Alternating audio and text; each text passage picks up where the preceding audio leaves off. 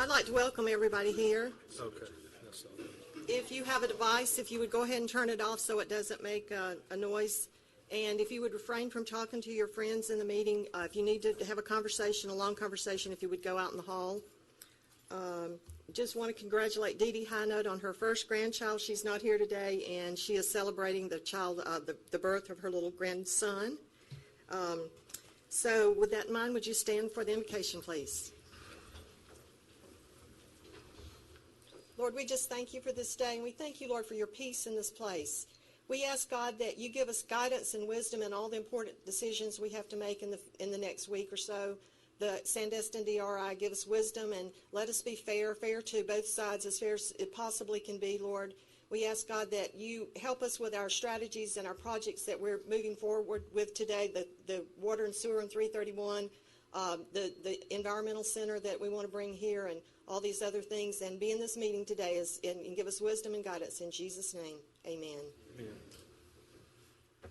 I pledge allegiance to the flag of the United States of America and to the republic for which it stands, one nation, under God, indivisible, with liberty and justice for all.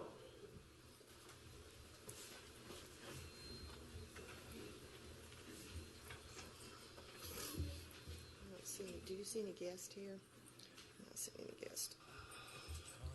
Okay. Mr. Jones, do we have any additions and deletions? Thank you, Madam Chair. Yes, ma'am. Under the consent agenda, we're requesting to add for the board to approve and authorize the chair to sign a letter designating the Walton County School District as the official sponsor of the Little Miss Walton County and Miss Walton County beauty pageants in the National Peanut Festival in Dothan. Okay. All right. Any others? No, ma'am. Okay. Do we have a motion and a second to approve the agenda? So move with the addition. Second. Okay. All in favor? Aye. All ayes.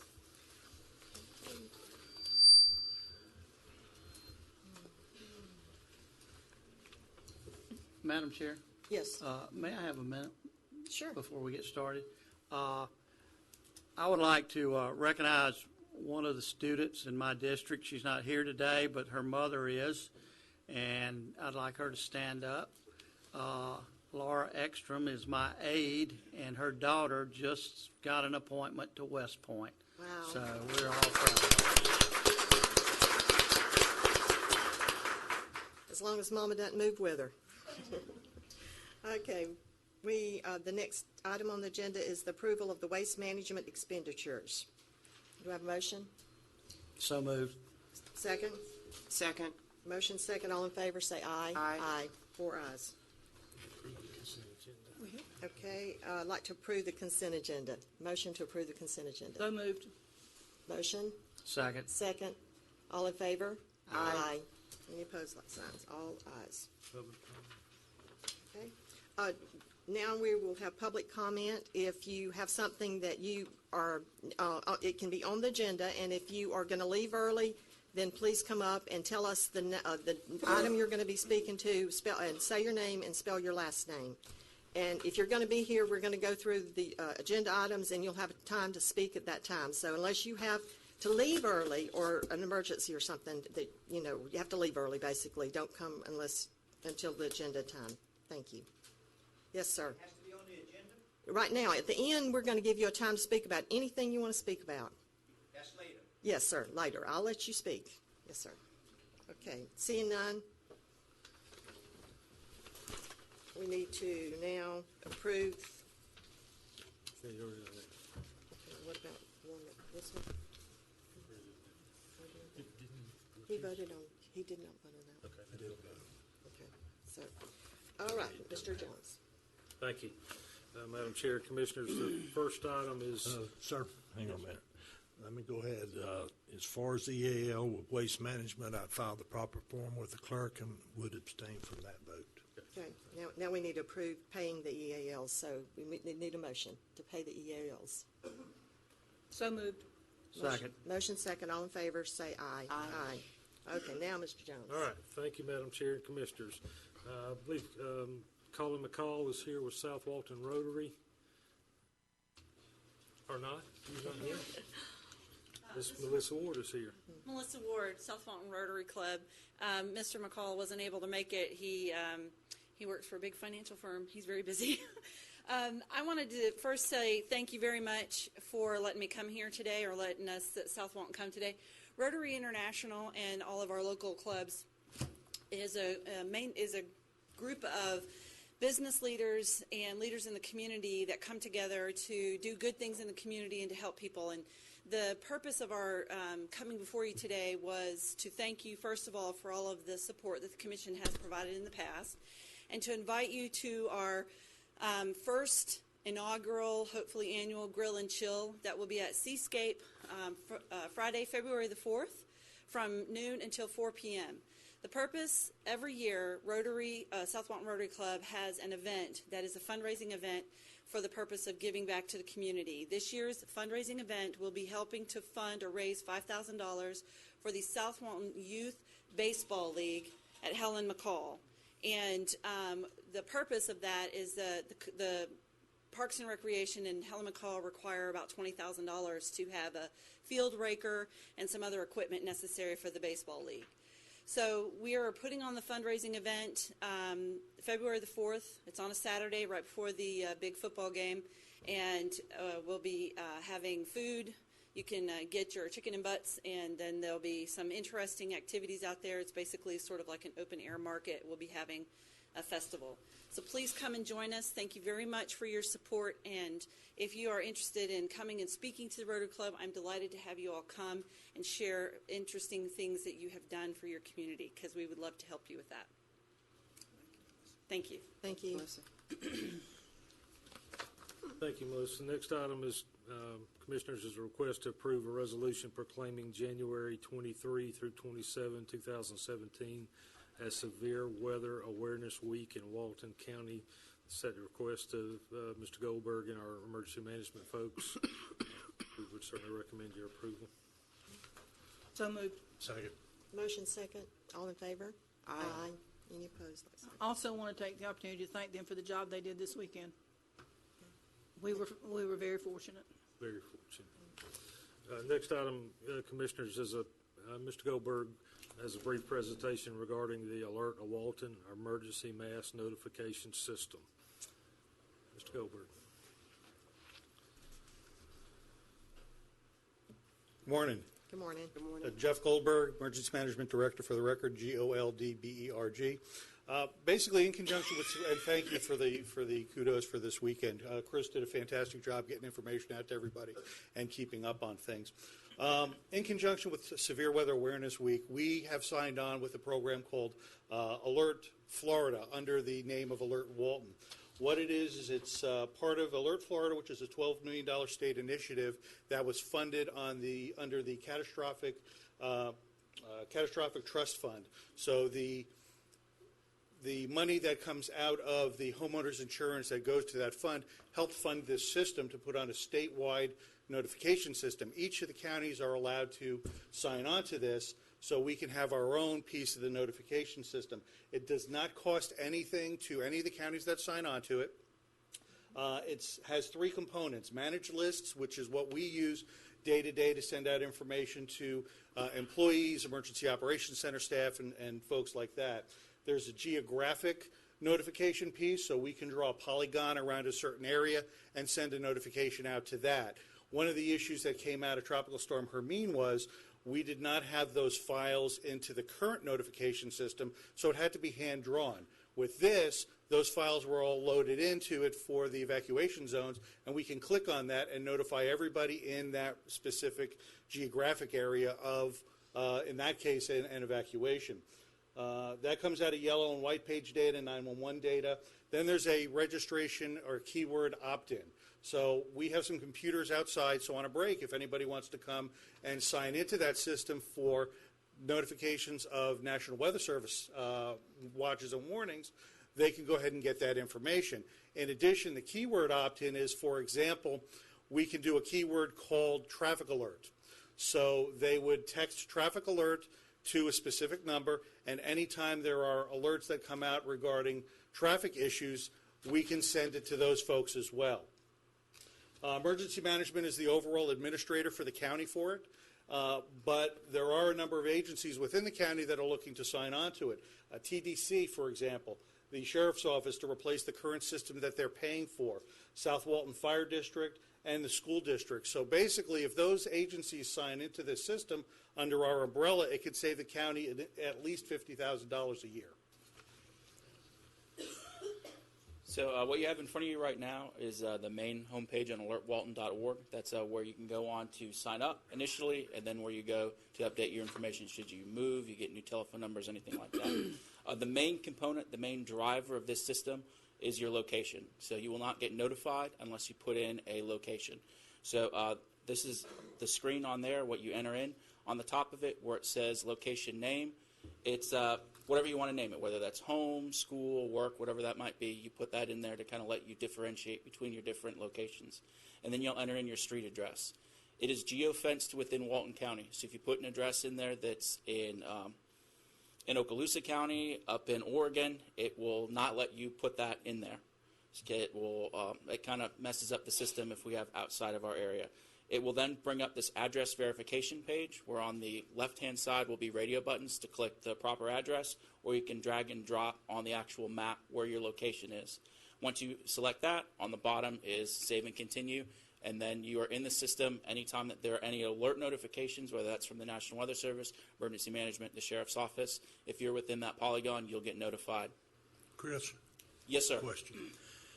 There are a lot of addresses and locations in this county that have like a PDL or Niceville or some other area that's the actual city name is outside of Walton County. It pulls off of zip codes, and Everbridge has gone in. We're unique in Florida that we're one of the few states where cities kind of span different counties, but they've actually gone in to help alleviate that. So if you do live in Niceville or in Ponce de Leon, and you're within Walton County, it will be able to pick up your address within the county, and you'll be good to go. I have a question. Those of us sitting up here are not only concerned about where I live, but I'm concerned about everybody in Walton County. I want to know, as a commissioner, I want to know what's going on over the entire county. So how do we are able to know what's going on all over Walton County?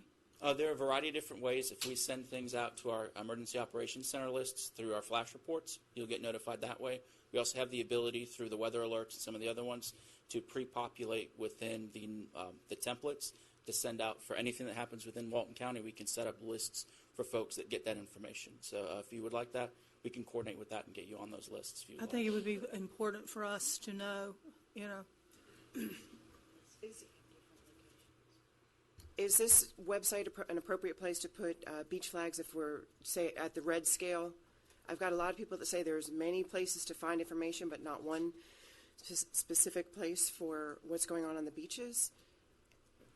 I'm just wondering if it may be information overload, but I'm just wondering when you said TDC. Well, we're going to be meeting with the TDC on Friday to talk about the flexibility of this system, which would potentially include putting the beach flag information on it, which is something right now that they're paying for, that under this system it wouldn't cost anything. And it's been my understanding through some of the training we've had, where we've had TDC folks involved in it, that South Walton Fire District is the ones that actually puts the information in, and then it goes through the notification system. So their dispatch will have access to this system, so anytime there's a change in beach flag status, folks that have opted in can go ahead and get the beach flag status information. All right, and then one last thing, tornadoes roll in quickly. All it takes is that curl on the weather. Is there any way for our tornadoes, had the chance right through Caney Creek at 12:05 on Sunday, my neighborhood. So is there any way we're going to let people know for tornadoes? Are there going to be phone calls? How do we? What happens with the system is that information comes directly from the National Weather Service. Right. So it doesn't go to us and then we send it out. It automatically goes from the National Weather Service to the folks that have opted into the system. Okay. So it is pretty seamless. And myself, Chris, Donna, a number of folks have signed on to it early on so we can run tests. And this weekend it worked extremely well. Tomorrow, in conjunction with Severe Weather Awareness Week, we're doing a full-scale exercise of this communication system. So I send notifications out to some of our lists The employees we're going to do a test on, the white and yellow page data, the Alert Walton opt-in piece, we're going to be doing a full-blown test to really see how this works and how well it works. All right, thank you, Jeff. And like I said, we're going to be outside, so if anybody has any questions, wants to go ahead and sign in, we've got computers, so we can go ahead and get folks registered for it right here. Since we rolled it yesterday morning, we have just under 500 people that have registered for the program. So, Very so good. rolling right along. Thank you. Thank you for the good work. Thank you. Cecilia? Yes, the next one would be,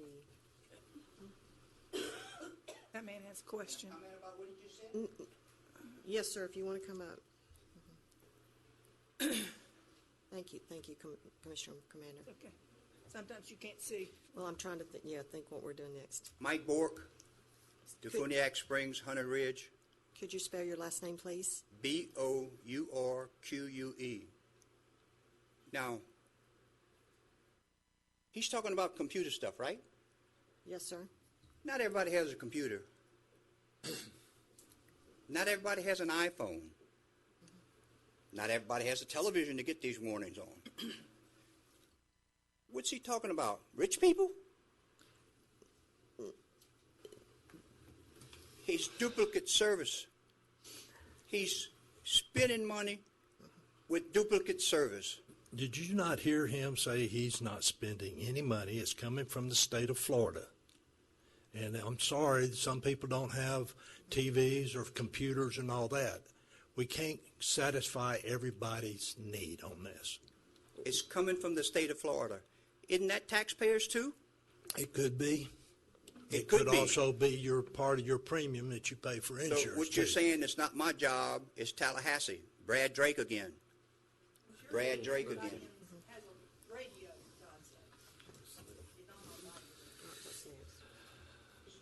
Thank you, Commissioners. Next item is Major Preston from the Sheriff's Office with an update on the Fire Rescue Assessment Committee.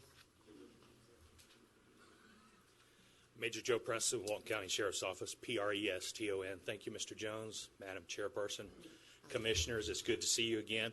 I must confess, I'm not as far along in the process as I'd hoped to be at this time, but let me inform you where we are at. We have reached out to the Institute of Senior Professionals, and we've been talking back and forth with them to get an agreement that they can come on and help us kind of direct this. And the methodology we hope to use for the meetings is, rather than trying to identify a large static group, we want to stay small, we want to stay nimble, we want to be able to identify key stakeholders and subject matter experts and bring them in when they have something to contribute to the process. So we're still forming that right now, and in light of that, I would like to solicit some feedback from the Commission, maybe a couple of individuals that you would like for us to speak with to see if they could participate in this as well. So we're kind of not up and moving yet, but we're still in the forming mode, but we hope within the next week or two to kind of start some meetings and start moving forward. Does anyone have any ideas or anyone you would like to suggest? Commissioner Anderson, did you have somebody? I'd like to see Bonnie McQuiston on it. Okay. Anybody else? I'd like to see Bob Hudson on it. I agree. I'd like to see Charles Burney and also Rick Talbert from South Walton Fire Department. And I'd like Mike Flint to consider also. Yes. Mike Flint would be the senior professionals. Okay, all right. Yeah, and I have spoken with Mike, and we're working with him, and Bill Landsberg is the new chairman of ISP.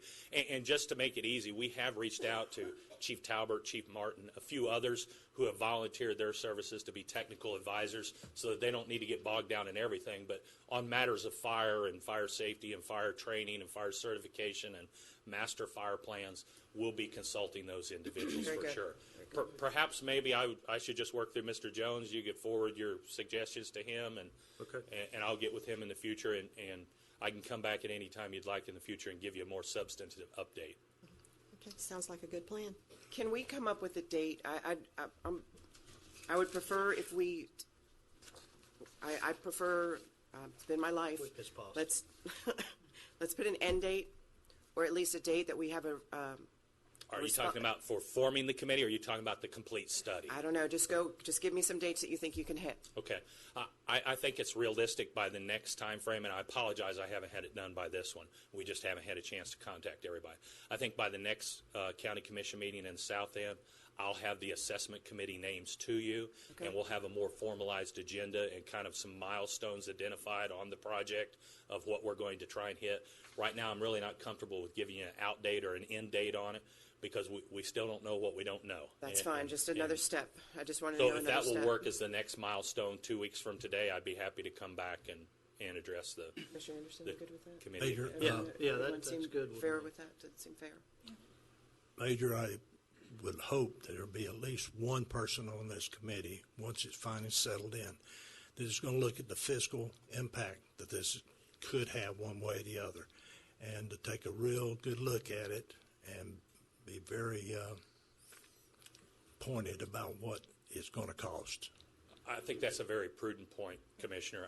We do need to consider that, whether it stays the way the current structure or whether it goes to something else. Obviously, there are funding issues, there's equipment issues, there's manpower issues that need to be looked at either way. So you're exactly right. Well, I also want to emphasize, too, that the makeup of this committee should not be one-sided or the other. It should be a even mix if we get to that point. I think that's good advice, and we will do that. We will include as everyone that we can include. Again, not getting so big or cumbersome that we have paralysis by analysis, but still moving forward, but yet including the feedback from all the folks without, weighting it one way or the other. I think that's very important for the citizens of Walton County, as well as the first responders. Commissioner, what about Melissa Thompson? That probably is not a bad idea. She's our finance director. Very fair. And she's fair. She looks at all of it. She does a lot of research to make sure it complies We'd be with happy to everything. have her as a committee member. We were going to tap her as a subject matter expert anyway. A So bullet just went past my head, but, I think she would be excellent.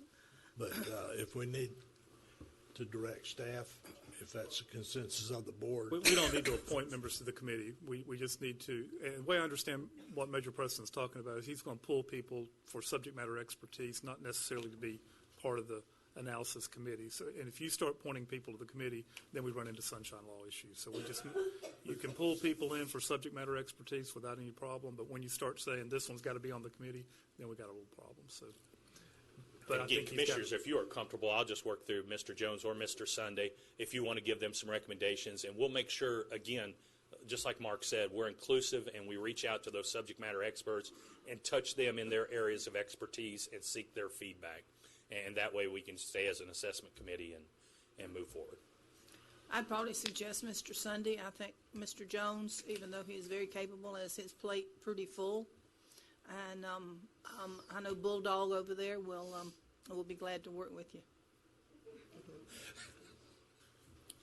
That sounds like a vote of confidence to me. Sounds like we've got some good names out and a plan. So Yes, thank you very much. Thank you for Thank that you. feedback. Is there any other question I can answer? Thank you for your time. Thank you, Major. Thank you. Commissioners, the next item is regarding our funding priority requests at the state and federal level. If you recall, at last meeting, we presented you with the list from last year and asked that you review that and be prepared to rank them, add to, delete from. So the direction we're looking for is as we move forward in our request at the state and federal level, your top priority, and move from there. There may be more than one top priority. And if there are any projects that you would like added to the list and where you would like them to fall in. You want to start, Commissioner Nipper? Sure. I am suggesting that our number one priority probably would be number 2, which was number 2 last year, being the water and sewer along U.S. Highway 331, because we've come into that agreement, and I think it needs to be our number one priority. That's a good point. We started the agreement. And I'd like to add Education and Environmental Center and autonomous vehicles to the list somewhere. We can get some ideas of how, how to rank them. All of these are so important. Stormwater, does anybody else have any ideas or anything you want to add? I agree with Commissioner Nipper. I think everything we have right now needs to be based on the 331 project. I'm really concerned about the Choctawhatchee Bay and the septic tanks on there. But if we don't get this all the way to 98, then we can't get that. So that would be my number one. And I still think drainage and stormwater improvements is number two. But, I agree. With some of them. The rest of them are, and I agree, there's some other things we need to put on here, but those would be my top three. And what was your third one? The Choctawhatchee Bay, residents and area Dune Lake. I would like, if Rick could answer a question. I know that our number 6 is broadband. I know we have been very successful, thanks to the school board, the school system, and Rick and the others on this. Where are we on this project? Thank you, Commissioner. Rick Wilson, for the record, WILSON. Currently, we're trying to work with residential providers to jump onto the fiber network. We've had two, I believe, Verizon towers that are going up, one in Red Bay area, the other one in the Ponce de Leon area that's directly coming off that fiber where there was no fiber there before. There was no build-out. There was no infrastructure for it. So we've got all of our fibers in the ground. We're trying to get these residential providers, Bright House, Spectrum, CenturyLinks to jump on board. And that's sort of negotiations that we're trying to work through. We may need some help from the state level with that, and we'll be coming around to each commissioner. When we lost our franchise rights in 2012, that took away our leverage to force these providers to provide adequate services to our residents, and they're not doing that at all. And in fact, it's pretty embarrassing. I'm pretty sure most of you know with the internet speed that you have at your house, or some of you don't have any at all. So we're making strides. It's moving along slowly, but we're dealing with billion-dollar companies, and we may need some additional help, some leverage from a higher level. So, but our fiber's in the ground. It's open for business, so to say. Business can get on it right now. But we needed to get to our residential customers. Well, I guess my question was, should this still be one of our priorities, or have we already accomplished what? I think it should be a priority, yes, ma'am. I think that our residents deserve better internet, Okay. yes, ma'am. But, and thanks to you and the commission spearheading this from the beginning, we're halfway there. We just need some more assistance. Good, thank you, Rick. Especially when we're bringing it to the legislation, because broadband accessibility is going to allow everyone to get on the internet, maybe home schooling, home jobs. So the economic development is there when you're talking broadband and increasing the broadband accessibility, I feel. Well, I'm proud of the job we've done so far. I just don't know how we can make private companies do what they should be doing, He's right. When they took away the commissioner, the commission itself used to approve these things. The state took it away from us. So we're lame ducks when it comes to And commissioners, what's happened in other states is that they've opted out of the state bills that have taken away from their franchise rights. And I would recommend that we do that. And unfortunately, in the state, it would probably cause a domino effect because we're not the only county that has this issue. Now, Hillsborough County, Broward, Dade, they've got great internet service because there's so many people there. There's so much competition. But here we're sort of just left out, on the line to hang and dry. And until we get some help from above, or they give us back these rights to enforce it and to bring competition in, this is where we stand. And Commissioner Nipper's right. I gave you that stat when we started this program. 39.7% of all new jobs over the last 2 years are direct relation from broadband being made available where it wasn't before. So it is a huge economic development driver. And the other thing is the assumption is that everyone has internet. Just like that gentleman said, it's an assumption. We assume it. That's how information gets out. We assume we got that email. We need to make this accessible. I have a lot of constituents in my area that don't have access, and I'm going to meet with you over it. And I think Today, yes, ma'am. Either today or tomorrow. Today at 2:30, yes, ma'am. Today at 2:30 we're meeting. We have commissioners. We have administrator has no internet access at his house because of where he lives. Now he lives a couple miles off of a major highway, so it's unacceptable to me. The national and the federal government says that 25 megabit per second is what's required for residents to have internet and to access secondary education, telemedicine, telehealth, all this stuff, and we don't have it, so we do need the support still. Thank you, Rick. Thank you for that update.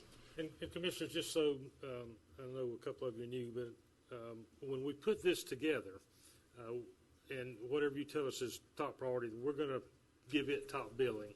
But for instance, the broadband, that'll remain on our list. And when we present to our state and federal lobbyists, we tell them these are the things that are important. And as they review it, what we're expecting from them is say, well, there's some money available for rural broadband over here. And it really doesn't matter whether it's 1 or 6 or 3 or 7. We make them aware of what our needs are and expect them to plug in from their side of where there's available funding or programs that assist us. While we certainly want to put at the top of the list those things that you want there, those things that are down the list get good exposure as well. And I guess that's what I wanted to just convey to you. Yeah, because a large company is going to come in, assess our infrastructure, assess what their employees will have.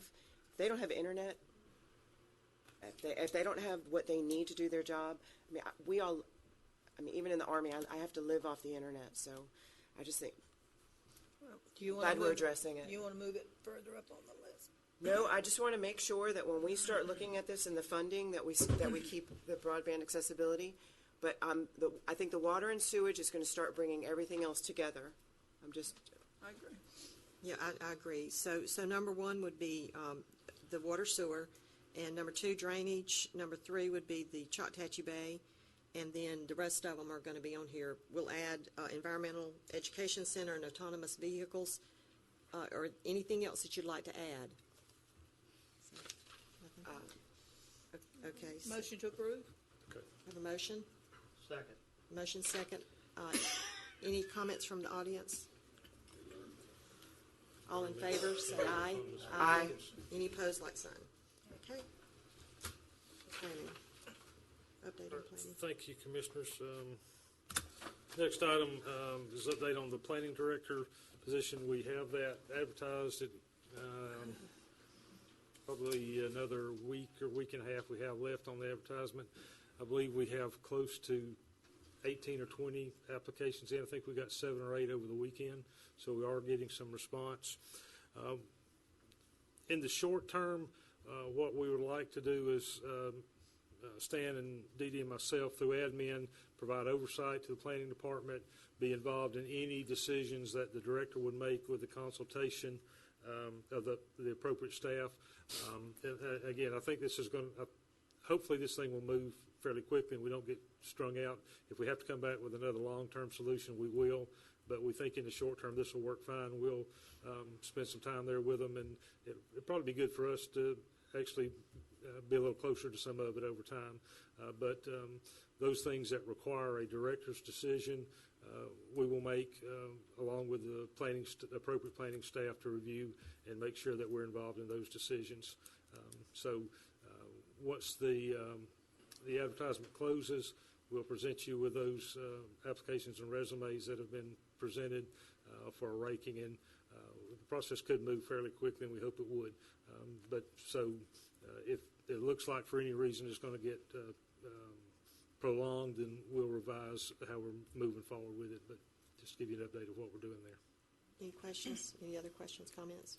Any comments from the audience on the planning? Thank you. Under Public Works, the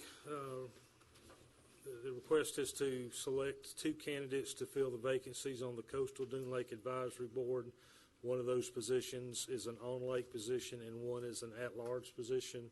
You have in your package the candidates that have applied for those positions, and you see the list there that Bob Brook and Dave Lovell for the on-lake, and for the at-large, Mike Bowden, Bob Brook, Dave Lovell, and Amy Puska. So we'd need one from each of those lists to be nominated.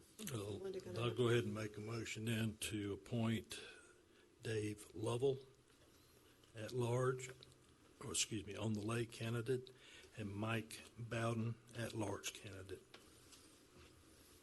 We have a motion, and do we have a second? Do we have any recommendations from staff? Melinda? Melinda Gates, I think she may have made a recommendation? Well, there's a motion, and I think to discuss it, there's going to need to be a second, at Second. least for discussion. A motion Second is for set discussion. For discussion. Don't sit down. Don't sit down. Come on up, Melinda.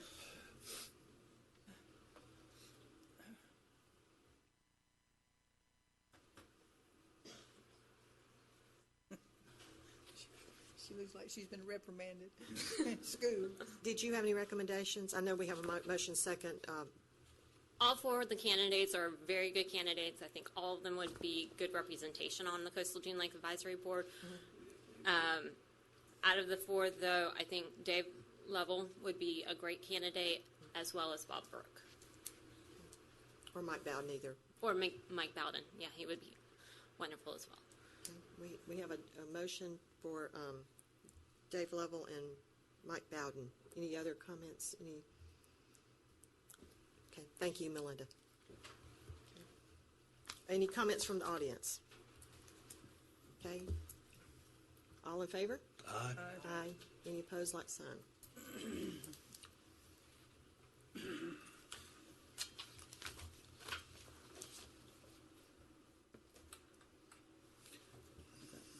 sure they're right, please. 22. 22.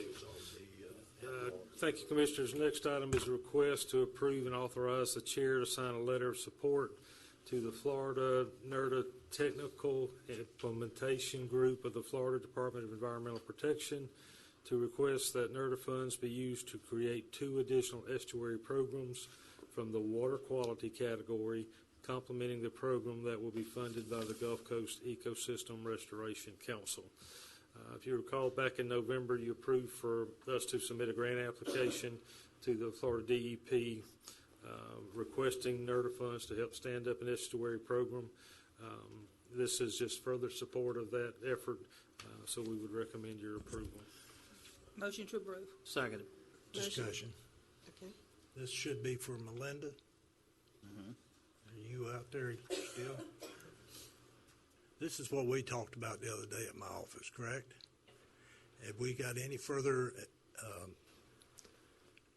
information from the other counties that want us to participate, that they're going to participate? Yes, sir. All the counties are going to be participating. What happened is that back in November, I'd asked permission to apply for a grant through NERDA for the estuary program. We had submitted that application, as well as some of the other estuary areas, so Pensacola, Perdido, St. Andrew, St. Joe, and Apalachicola.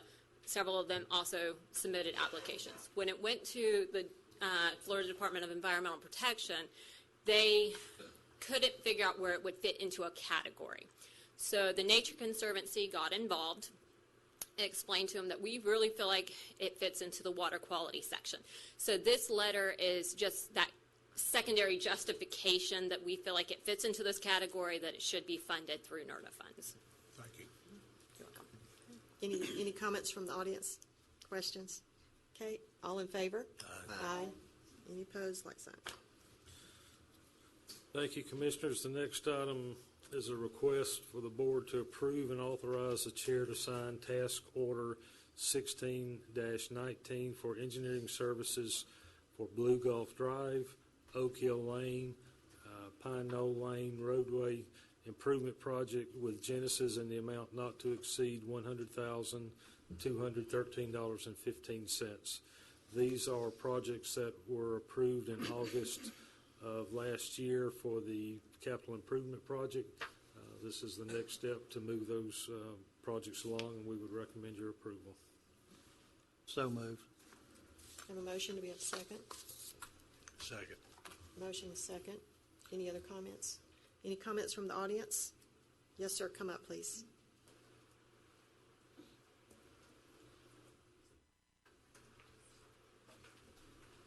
My name is Ted Melcher. I reside at 80 Blue Gulf Drive. Could you spell your last name for the... Melcher, with my wife, Jean, for the last 15 years. Can you give me a time frame of when work is supposed to begin? We'll defer to Public Works, but I see Buddy's coming up. All I can say is it's long overdue, and we appreciate it if it's going to What begin I pretty found soon. with government is it doesn't move fast enough. So it's We've I can dealt assure with potholes and dust and washed out roads for the 15 years that we've lived there. We can't build it until it's engineered, and this is the I step hear to get it to that point, so. Yes, sir. For the record, Buddy Wright, Walton County Public Works. So this is what we're asking for money for design. We have not budgeted money for construction. Now we're looking forward to October to trying to get construction dollars in there in October in the new budget.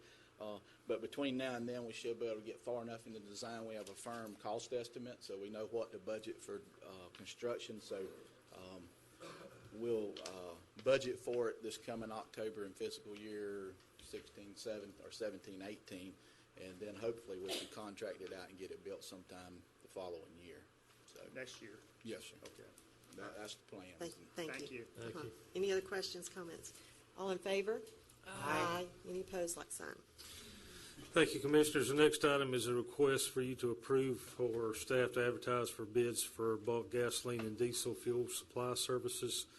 Our current contract expires in May 26th of this year. There are no options to renew it, so the appropriate process would be to go out for bids. So we would just request your permission to do so. So moved. Second. Motion's 2 seconds. Any comments, other comments? Comments from the audience? All in favor, say aye. Aye. Any opposed, like sign.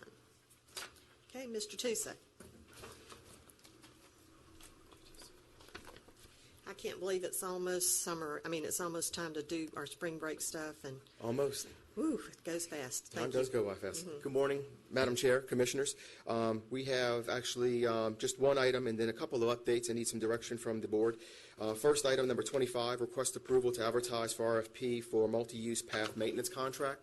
This multi-use path, this is Scenic Gulf Drive, 30A, and then there's kind of feeder roads from 98 to 30A, like Thompson Road, 393, 395, 283, those roads. So currently we have a contract with Brightview, and that'll be expiring soon. So we need to put an RFP out there at the end of the third term.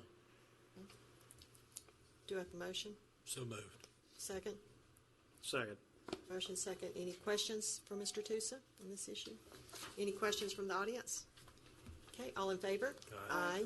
Any opposed, like sign. Thank you. And the updates, I got a request from Seaside Development Corp. In regards to parking at the Grayton parcel that we just purchased last fall.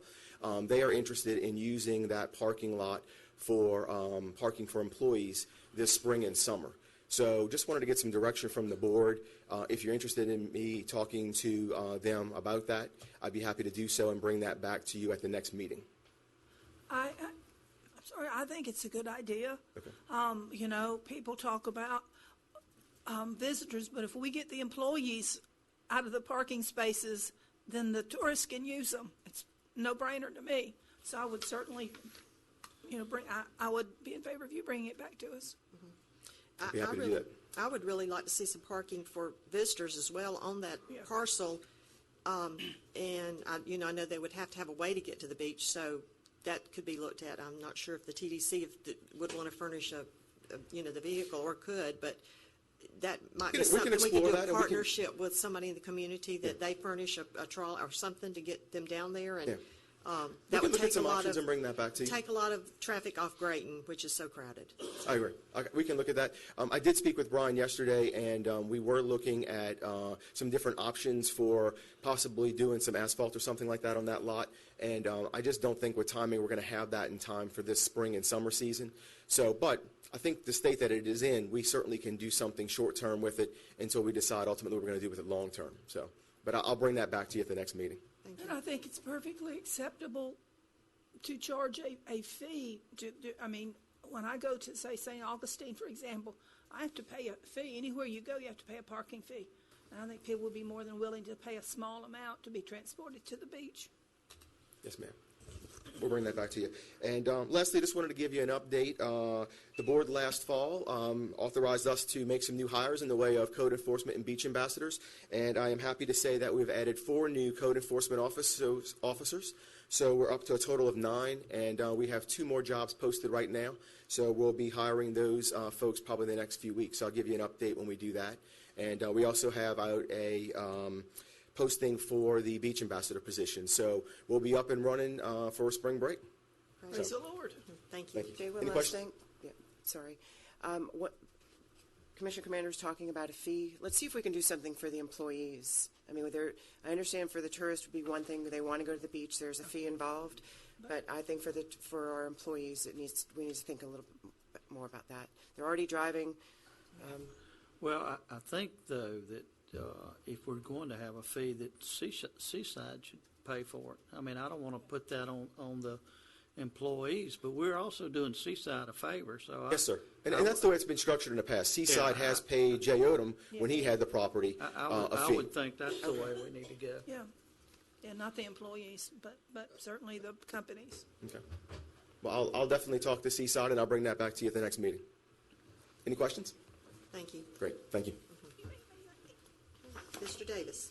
Thank you, Madam Chair. The first item I have on the agenda is request to advertise and continue a public hearing to February 14, 2017, for the purpose of considering an ordinance establishing a temporary moratorium on the dispensing of medical marijuana and the retail and wholesale sale of same. Commissioners, this is brought back to you because obviously I can't count to 5, and I had the date wrong for advertising purposes. So I'm just asking you to reapprove it so we can advertise it for the 14th. So moved. Second. Motion second. All in favor? Aye. Can I ask you something? Yes. Has the state even decided how this is going to The Department of Health has started promulgating rules, but I don't believe they're final yet. Okay. I think they're in the comment stage. And, yeah, that's correct. They're in the comment stage. Before we vote, is there any comments from the audience? Okay. Seeing none, all in favor? Aye. Any opposed, like sign. Commissioners, as you remember, you asked me to order title searches and review title searches for the properties that the TDC recommended for possible purchase and maybe move forward in the process of acquiring certain properties south of the bay. I have done so, and I think you've seen the binders. They're 2 large binders full of title searches and documents. We are prepared today to ask you to, or to tell you that tab 1, the 800 block of Scenic Gulf Drive, that property has a residential restriction on it. In other words, you can only use the property for, I believe it's single-family residential. I have briefly talked to what the realtor involved in that particular parcel. He thinks he can have that restriction removed by the original grantor. So he's going to take a look at that, but at this point I would not recommend going forward until we have a chance to look at that document and run it through the title process. The next parcel, I think, was tab 5, 5500 block of West County Highway 30A. That property also has a single-family residential restriction on it. However, as I understand it from Mr. Tusa, his purpose or need for that property, we would not need to improve it in any manner or shape or form, so that restriction just simply wouldn't be a problem for us. So we are recommending, given what he's going to be proposing to use for that property, that we go forward on that particular one. Which number was that? I believe it was tab 5, and I hope the numbers are still the same. You said tab 2. It's tab They're 2. not. Tab 2. In the new. See, I've got different You numbers. got the old. Yeah, it's I think we identified it as the Dune Island Oyster Lake outfall property. Okay. Right. Yeah. Nobody told me that. Okay, I got it. I use this one. That's fine. The next one is the 4100 block of County Highway 30A, which is tab 3. Quite frankly, I'm not ready to make a recommendation on that. We got the title search back. I have some questions about some locations of some easements and some easements. So I am actually talking to our county public works folks about coming in and helping me draw some out just to make sure I know where everything is on that piece of property. So at this point, I'm not prepared to make a recommendation on it. Yeah, and I've received a lot of emails regarding this piece of property too. Yeah, and I've got some documents that were sent to me that weren't actually recorded, or didn't show up in the title search for some reason. But we're just not ready to make a recommendation on that parcel. I believe tab number 4 would be the beachfront trail property. My apologies, tab number 6. tab number 6, beachfront trail property. We are not going to recommend this property unless, this property actually is part of and owned by a condo association. It is subject to all the condo association governing documents. Unless the property can be released and removed from those governing documents, we don't believe it would be prudent for the county to purchase that property. Other than that, the remaining tabs, we are confident and happy to recommend, and at least from a title perspective, they're ready to go to be purchased if you're ready to move in that direction. So, any other comments, questions from the commissioners? So 4 and 5, you recommend going ahead with? I'm sorry, Commissioner. 4 and 5, you recommend going ahead with? Yes. Mark, when do you think we'll know something on tab 1, the Miramar Beach Scenic Gulf Drive property? Commissioner, I hope by the end of the week I'll have it all drawn out, or at least certainly before the next meeting. Any comments from the, go ahead, commissioners. Mark, make sure I've got on the same tabs you got. Tab 2, 4, and 6 is good to go. 5, 2, 4, and 5. 2, 4, and 5. And then 6 is good. 6 was not advised because of the condominium. Yeah, and we can go ahead and get an appraisal on 6 and then work on that issue if you're inclined to do that. I'm not saying don't do it. I'm just saying unless we can get that issue resolved, I wouldn't recommend it at this point. But Or resolve it before we even go out for and that's certainly appraisal or anything else. your call. So we're looking at Dune Allen, Oyster Lake Outfall, the Seagrove property, two properties at Seagrove, well, Eastern Lake Road and Highway 30A. Those 3 are still on the table, I believe. What tabs are those, 4, 5, and 2, 4, and 5. Yes, that's correct. Just real quick, the 500 block of Eastern Lake, I found out this morning that is under contract. So we'll have to pull that from consideration. And we're going to, now that's about 60% of, we've knocked out. And one way or another, we're going to aggressively look for other parcels. Keep looking. Okay? Yeah, Mr. Tusa said it kind of slowed down, so I feel like when everybody knows that we're still looking, it'll get alive again. Yeah. So. And if we can identify some areas that we're interested in, I think that would help too, when people can come forward and say, okay, well, I have something in this area, that area. That helps as well. So people who do have ideas, because I have had people call and say, why aren't you looking at this piece of property? What's the avenue they need to go through? You can have them contact me. All righty, perfect. Any other questions? And just one quick observation with what Mr. Davis said about the beachfront trail property. I did speak to the realtor, and the HOA has voted to sell that property. And so I don't know if that makes a difference in your assessment, but It could, and it's just going to have to get the right kind of document from them to release. Okay. And I got to make sure that they can do it as a board and not through the membership. It's just a title issue regarding the restrictions. so if we're interested in that, we can still could move forward to the next we will need stage. to get that resolved, yes. Sir?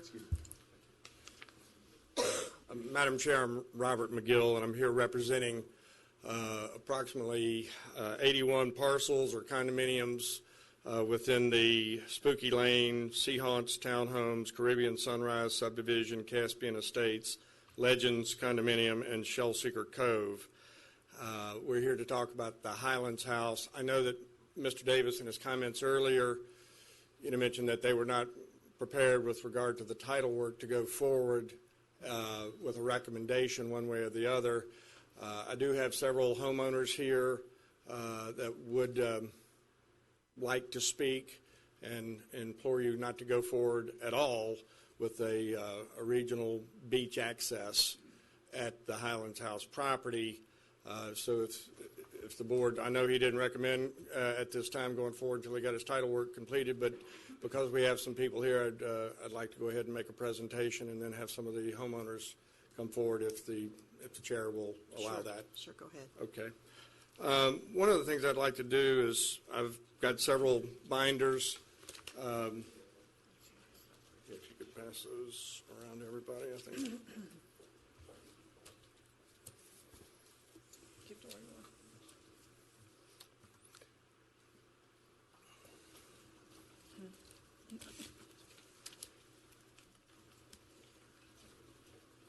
Mark's gonna have one, so if we need to share. Here's a, Mark, you give that to Mark. may not get one that needs one. There you go. So the first thing in your binder that I'd like to go over with you is the survey of the Highlands House property. And you can see on the survey, the area that's highlighted in blue is all wetlands. And you can also see there is an existing boardwalk that comes out from the Highlands House property, and it crosses over the area highlighted in yellow, which is Dr. Richard Elliman's property. So it would have to continue to use that access, you would have to cross over Dr. Elliman's property.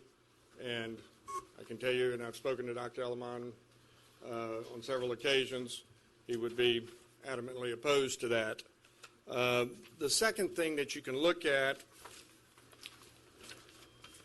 is just an aerial photo of the immediate properties. And you're going to have to read my terrible handwriting as part of that. But the idea here is I wanted to just show you exactly where there is two regional beach accesses and then where there's the two existing neighborhood beach accesses. And so I'm going to let you have another minute. So. Okay. Just real quickly, I wanted to point out that the county did a parking assessment study a while back, and the thing that they recommended was no further parking for the neighborhood beach accesses. And one of the things that they looked at was the fact that Ed Waleen Park, you have a regional beach access, and at Gulfview Heights, on the other side, you have a regional beach access. So from our standpoint, looking at this, you've got two neighborhood beach accesses, the Spooky Lane and the Shell Seeker Road beach access. Those are sufficient and sized to take care of the neighborhood. One of the studies that we've looked at, or we've done on our own, is to look at, during peak season, there's over 1,300 people that are within a 2-minute walking distance of these two neighborhood accesses. And what we're going to do today, and what I'll have is some of the neighbors come up. I know y'all been sent some emails from the neighbors, and they're all opposed to just going forward as essentially a regional beach access and buying a very expensive piece of property, having to tear it down and build a parking lot where the Highlands House is. There's a lot of sensitive environmental property there, as you can see in that first photograph or survey. So what I'd like to do is have a couple of the neighbors come up, address those issues, and then maybe reserve just a little bit of time to summarize where we are. And we might be a little bit premature if we'll go ahead and listen to the neighbors, but okay. if we were to pass this or it come back up, then this would be another good time to present all this, and we do have this now. So thank you, Mr. McGill. Okay. Commissioner, after Mr. McGill sits down, I would like to give TDC Director Tusa a chance to speak to the issues he said, so we will be fully have both sides of the issue, and then we'll, if it's okay with the chair, to speak to the members that he's Mr. talking Tusa, you about. want to come up and kind of give us your input, and then we'll listen to anybody in the audience that would like to speak to it. Thank you, Commissioners. While we do have two regional beach accesses nearby, this certainly could add to what we have. Obviously, we are looking for beach access, and we, the county, have 1,000 feet of beach near this property. So what we're trying to figure out right now through this process is how do we, if we purchase the Highland House property, how do we get people from that property then to the beach that we own? And that's what Mark Davis is working on right now. So that's where we are. We haven't made a determination if we can or can't do this. Obviously, if Mark finds that we cannot, then we'll move on to another site and look for something else. If he does, then we'll go to the next step after that, which is starting to look at the site and how it will work specifically for beach access. In the original reports that you have in front of you that Planning and Public Works put together, they deemed the site to work for what we want to use it for. So, any questions? Well, he spoke to a parking study from before. Do you have any comment on that? I'm not sure on the parking study. Which parking study were you referencing? Actually, it's in your pamphlet, the parking study. I think it was done in 2014, 2015, and it was the county authorizes parking study. It's actually called the South Walton Parking Needs Assessment, and AVCON did that for you. And if you look at the tab 3, you can basically go through there and see that the recommendation in this parking study is not to add additional parking next to these two neighborhood beach accesses. They are neighborhood beach accesses. They're limited in what they can do.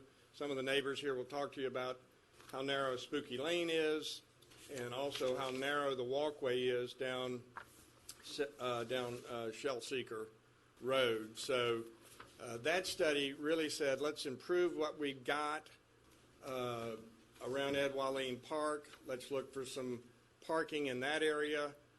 One of the things I showed you on that Exhibit 2, the map that I showed you, is that there is some parking areas.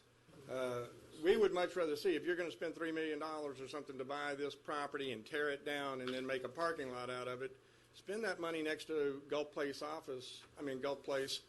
where you can then kind of come back in and there's not enough parking there as it is. You could have public parking right there, right next to Ed Walleen Park, and it'd be on the north side of 30A, and it would also essentially, it'll add to Ed Walleen Park, and it won't be a burden on what is essentially a pretty tight-knit neighborhood, residential neighborhood, adding parking lots right between Shell Seeker Cove and Caspian Estates.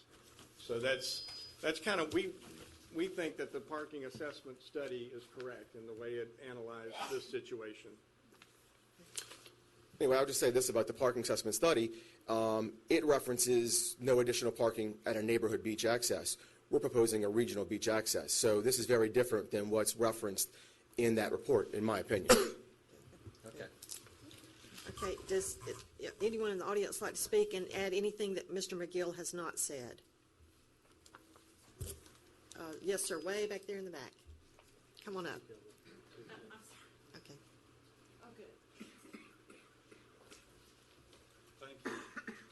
I just have really Sir, one could you point. state your name and spell your last name for the clerk, please? Mark Andrews, Andrews, and my wife Mary and I have lived at the end of Shell Seekers Cove for 17 years now on some property that's been in her family since the early 50s. Her dad got it in some raffle from the Air Force or something. So what I wanted to bring up and point out to you is that no matter what you do getting people to the beach, when they get there, there's a small creek there. It's called Irwin Creek, and it's DEP controlled. And while the path varies quite a bit, it's an obstacle getting both to the Gulf and to the 1,000 feet of property that you have. Now, I have a photograph of this creek, if I could show it to you, if that's all right.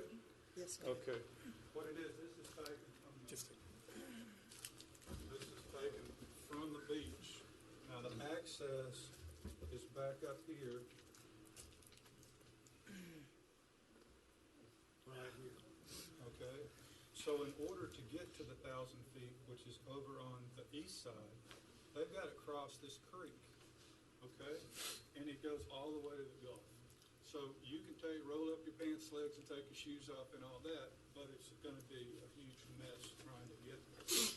And when you come out to the bottom of the walkover, this is what you see right here. So if you're taking people and dumping them out on the beach right here, these fire tracks, the sheriff, code enforcement. Yeah, go back up to the podium if you would. And that, Show them the picture that you have Yes, sir. Okay. Yes, yes, sir. Anyway. And some when of the that people- might be in Mr. McGill's report, the runoff. I know some of my emails have seen that already, so go ahead, sir. Okay, so this creek is here, and it's been here longer than most of us have been alive, and it changes its path to the Gulf drastically. And now the code enforcement, the sheriff, the garbage pickup, they're all picking like their spots where they can get across it. Sometimes they can't. They have to turn around and go back. People walking have the same problem. And this creek is a part of what has been here for a long time. And there will have to be permits pulled. There'll have to be some kind of a bridge. I've been a contractor for decades, and I don't know how you're going to do it. But you're going to wind up with a ton of people dumped right into this creek. And it's a mess, and it won't work. And if anybody hasn't seen the property, I encourage you, please go down there and look at it. I've took photos of the whole thing and emailed them to the 5 commissioners and to Darrell Boudreaux and to Jay Tusa, and just trying to show people whatever you do when you get to the beach, it's not going to work. That's all I'm saying. Thank you for your comments. Thank you. Anybody else? Yes, sir.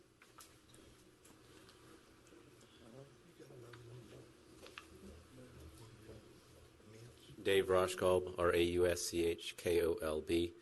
In the event that customary use is either watered down or shot down in the courts, the very reason that the TDC and you all are looking for more beach accesses is to provide for parking and access to our guests and the people that live here. So in the event that something happens with customary use, we're going to need beach accesses. And if we never had a person who owns property here, I mean, they're always going to complain about any kind of a beach access. And we would not have any beach accesses ever in all of Walton County if years ago the neighbors had complained about not having beach accesses or complained about having a beach access next to them.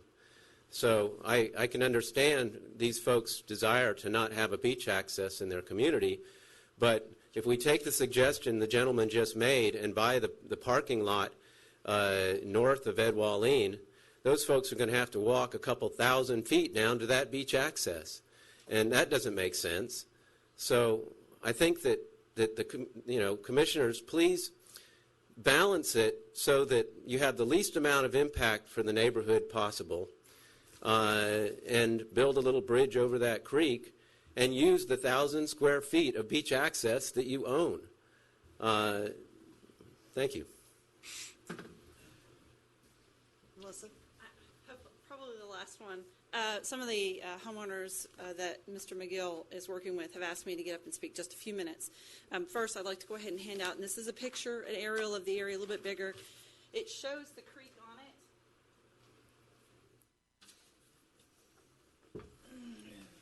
And first, let me say that none of the homeowners are suggesting that we don't have beach access.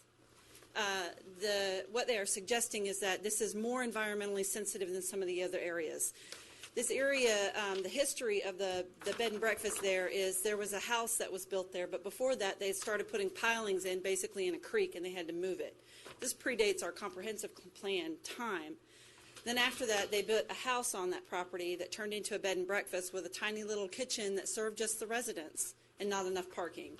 And it went from that into a beautiful bed and breakfast with an enormous bar and restaurant that turned into an event venue that has probably 10 times that they ever had in a year now.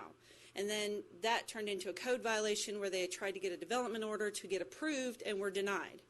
So this position is the property owner, of course, would like to sell the property to make back what they got so that they can, and then the county would want to buy it for a parking lot. It all seems extremely logical, but let's keep in mind a couple of things. It's environmentally sensitive. There's a creek that runs between the two properties, between the bed and breakfast and the neighboring property. It's not a dune outlake that pops off once in a while that you don't know about. It's there all the time. It's going to be environmentally sensitive that you need to get DEP permits. That's fine. If you need to get a bridge, just consider the cost. It's not just $3.3 million. It's going to be permitting through DEP. It's infill, so it's a major development order to get a parking lot approved. You want to tear that house down and put in a parking lot? You have to go through 2 public hearings. And then if you're going to change the land use to, Parks and Recreation, which sounds great, you still have to have public hearings and adopt an ordinance. It's considering all of these things. We don't disagree with Mr. Roshkob or anybody else that says we need more beach access. I remind you, too, that your comprehensive plan suggests that you have a jitney or trolley or some kind of bus system to put people who are visiting here, because they don't just visit on 30A, they visit all of South Walton and all of Walton County, and get them down to the beaches. So you could put parking a little further north of 30A and get them down to the beaches, and that's something that we still need to consider. So just wanted to get that out there to you guys to consider that while you're looking at your options. That's a good point. Does county own any property near on the shore that's a coastal dune outflow? Do we own any property that's a coastal dune outflow? Because I'm assuming the we do. I know it. Right. The DEP situations would be the same. Am I right? I think that they're going to be similar, certainly, but with a dune, first of all, the coastal dune lakes have a different type of protection. Okay. And so that's going to be more restrictive in some cases. And with regard to this creek, the bridging over it right now, that boardwalk goes onto somebody else's property and it doesn't dump out onto Walton County property. So you'll have to put in a new boardwalk. It's my understanding, and I don't know because it's just my understanding, is that if you want to rebuild the boardwalk that's there, that's fine with the permit that was approved all those years ago, but to redo it, you need a new permit. And that permit will require that you get a new environmental assessment and get a new plan drawn up to cover that, to cross over. Okay, thank you. I know this will help Mark as he researches all of this. Additional information would always be helpful. Miss Abby, will you get that gentleman in the green shirt name and phone number so I can make arrangements, so we'll go out there with him? Yes, Jackie. Miss Markell. Jackie Markell. I just have a question. On the 5500 30A block, Dune Allen outfall, is that the property to the west of the outfall? Yes. And if that's a residential use, and the suggestion that Mr. Tusa made was that nothing would need to be done, then what would the purpose of that parcel, what would it, if Walton County purchased it, what would the purpose of it be? Because there's a house there. Mr. Tusa is going to address that. I'll address it. Okay. Right now, it's two parcels, and one is a double lot. That's the one that is adjacent to the outfall. And so what we would do is we would split those lots. We would keep the beach, and we would keep that double lot, the one lot adjacent to the outfall, and we would sell the two houses. So it's the house that's just west of the outfall and the next house? And the next house to the west, yes, those two houses. The last two houses before you hit the outfall, correct. Okay, so then we would just keep We keep the beach, and we keep that strip of land adjacent to the outfall so we can control the western side of the outfall. Right, but would there then be public beach access? There would be. We would put a neighborhood beach access. We put a boardwalk adjacent to the outfall. Okay. And then that would get people to the beach. Because we would then own the beach all the way from the outfall to Fort Panic. Okay. Wait, you'd own the beach from the outfall to Fort Panic? Correct. Okay. Because right now we don't own the beach on those last two parcels. Oh, gotcha. Okay. Okay, interesting. Okay. Thank you. Anybody else? Yes, sir. Come on up. Hi, my name's William Burnett. I live on South Spooky Lane. I've had my home since 1998 there. And going back to what they had talked about the beach access, we have a beach access in front of our home, but they're building in Caspian Estates 8 homes as we speak. Across on North Spooky Lane, there's been 10 homes built with room for another 10 on the other side. And the foot traffic that we get there, it's already a dangerous road for cars because people have to drive down South Spooky Lane to get into Seahants, the condominium association in front of us. So that's like I said, a lot of traffic through there.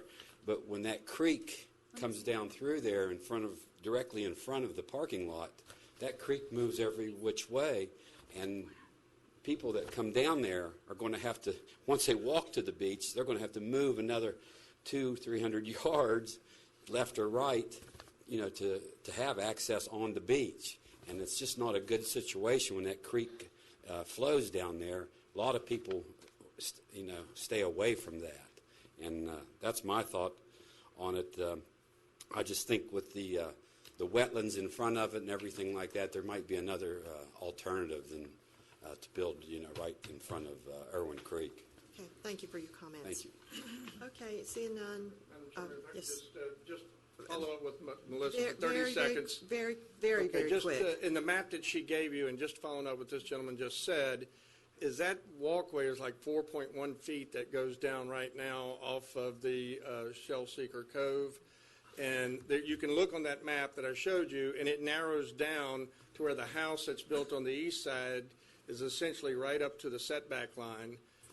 And that was part of that easement being vacated. So there's two houses that were in 7.5 feet. So there's really no way to expand that boardwalk when you look at that map that Melissa showed you. Right, and I do plan to, I'm a visual person, so I plan to go out there and look at it, because, yeah, thank you. We have on that looks like we're ready to proceed on tab 2 and tab 4. Would y'all like to go ahead with appraisals on this, or what direction would you like on the ones We that we need a know? motion, I'll make that motion. Motion and a second. 2 and, was that the right numbers? 2 and 4. 2 and 4. Okay. So we have a motion and a second. Any comments on 2 and 4? Seeing, yes, sir. Come on up.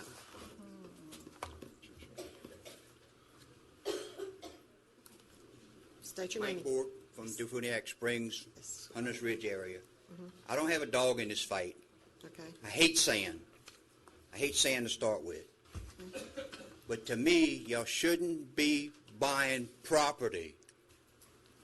If they want to donate property to the county, that's a different story. But you shouldn't be spending money for property. The $7.2 million for 2.2 acres of land, we got rid of 2 councilmen, almost a third. That was a protest vote. I don't understand. I've only been living here 4 years, and that was a protest vote. You do not spend money on property. Let the rich people donate it if they want to donate it for access. Yes, it's a public beach, because there's a federal law saying you can't have beach on the navigable waterways within 20 feet. That belongs at high tide to everybody. It's eminent domain, common ground. That's been all the way back since they built the Erie Canal up north. 20 feet at high tide belongs to the public. It don't belong to private citizens. You can't build a boat dock 200, 300 feet in the bay. That's not legal. Sir, turn around and face me, please. That's not legal. But the realtors are selling this property as beachfront property and bayfront property, and these people are building 200 and 300 foot docks so they can get to deep enough water, thinking they own that. They don't own that. Because under federal law, it belongs to eminent domain. It belongs to all the people. If it's navigable water. Look it up. Thank you. Thank you, Mr. Mike. Okay, so we have a motion, a second. All in favor? Aye. Aye. Any opposed, like sign. Okay, moving on.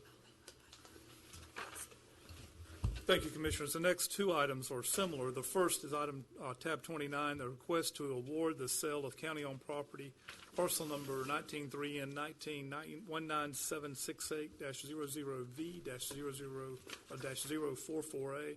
The property is located in the Oakwood Lakes Estates. You authorized bidding on this property. We had bids, and Mr. Brian Eckert was the highest bidder in the amount of $800. I would remind the Commissioners these properties are under essentially a conservation easement, so they can't be improved, but these folks were bidding on them most likely to expand the size of their yards. Right. So we would ask the Commission to allow us to award the sale or award the bid and proceed to closing on this property. So moved. Second. Motion and second. Any other comments? Any comments from the audience? All in favor? Aye. Aye.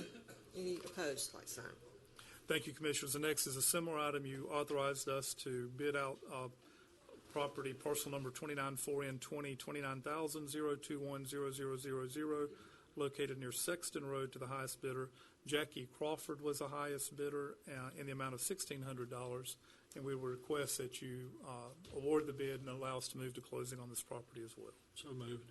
Motion, do we have a second? Second. Any other comments from the commissioners, comments from the audience? All in favor? Aye. Any opposed, like sign.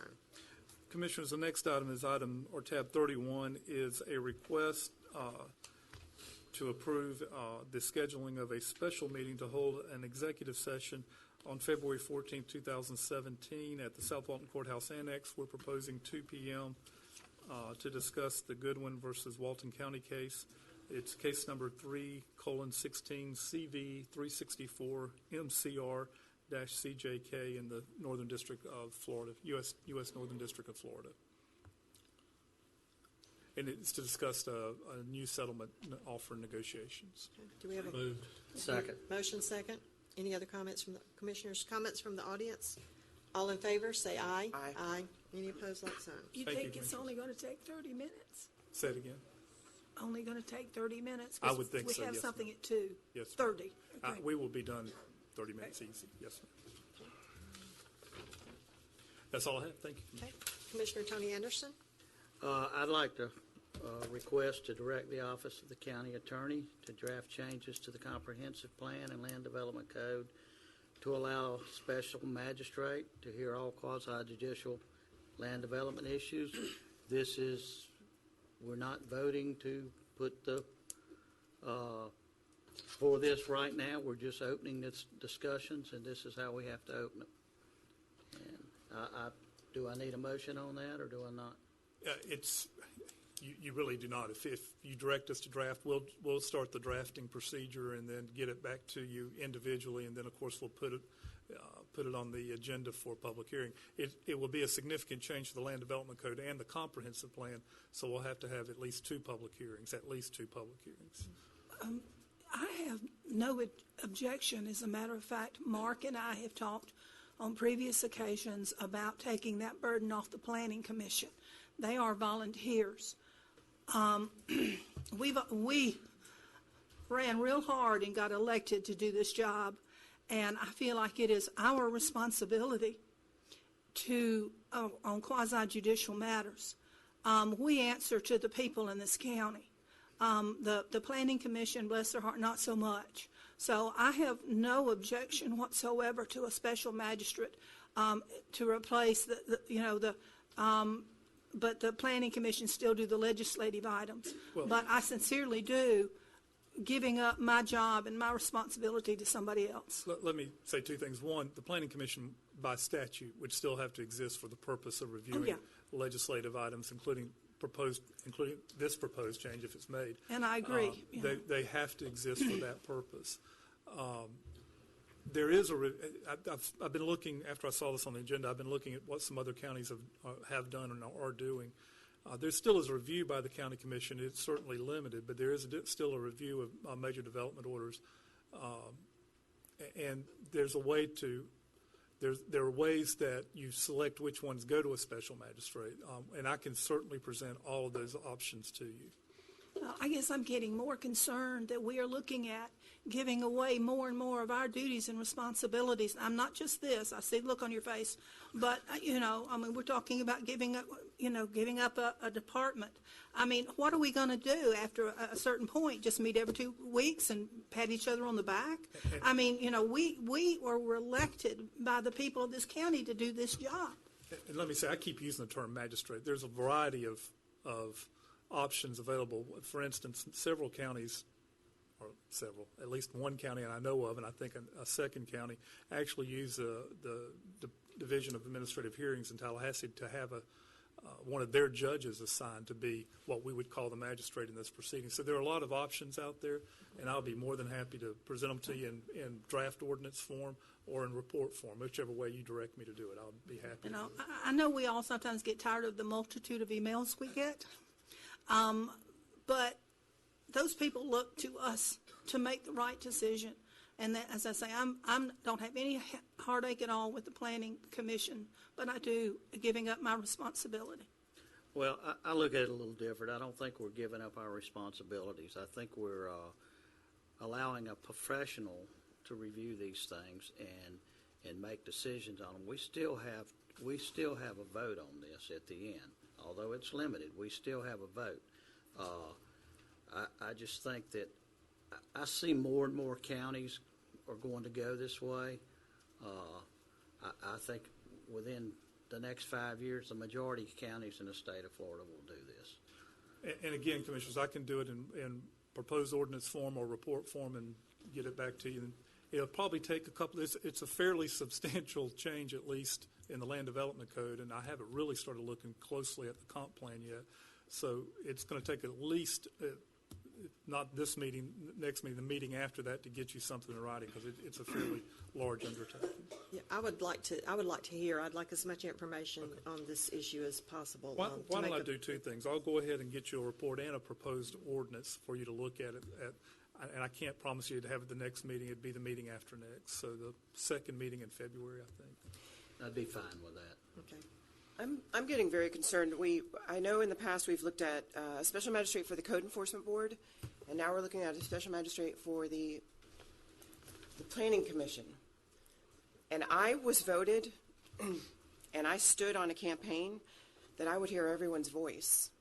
And I just want to say I'm adamant about making sure that everyone has an opinion. I agree there may be times when we do need a special magistrate. We may need to take it above this level if it's been too convoluted. But I think on the general level, on parcels, on the things that I've seen come across, I just can't. I would need to much more information to consider a special magistrate. And I keep saying that term. There's other terms we could call it. It could be a hearing officer. It could be a DOAH officer. But yes, well, I'll be more than happy to draft a report and a proposed ordinance. And as I understood the direction, it's not just Planning Commission. It would be quasi-judicial decisions, for instance, on variances and that sort of thing, that the Board of Adjustment and the Code Board hearing. I think we've already got a draft of the Code Board, but I'll present that all to you at one time, so you'll have it. On the Value Adjustment Board, and we have a hearing officer, and honestly, it takes the politics out of the issues. So I want to find out as much about it. I know we have talked about this before, but, there's hybrid plans, that, there's all kind of, ways of looking at it. I'd like to know what other counties are doing in this as well. So I will tell you, interesting enough, the Florida Association of County Attorneys is conducting a survey right now as we speak on how different counties are handling this issue. So it's kind of an informal survey, but it's a survey. Thank you. I'll do that and have it for you for the last meeting in February. Okay. Commissioner Commander? On this? Okay, yes.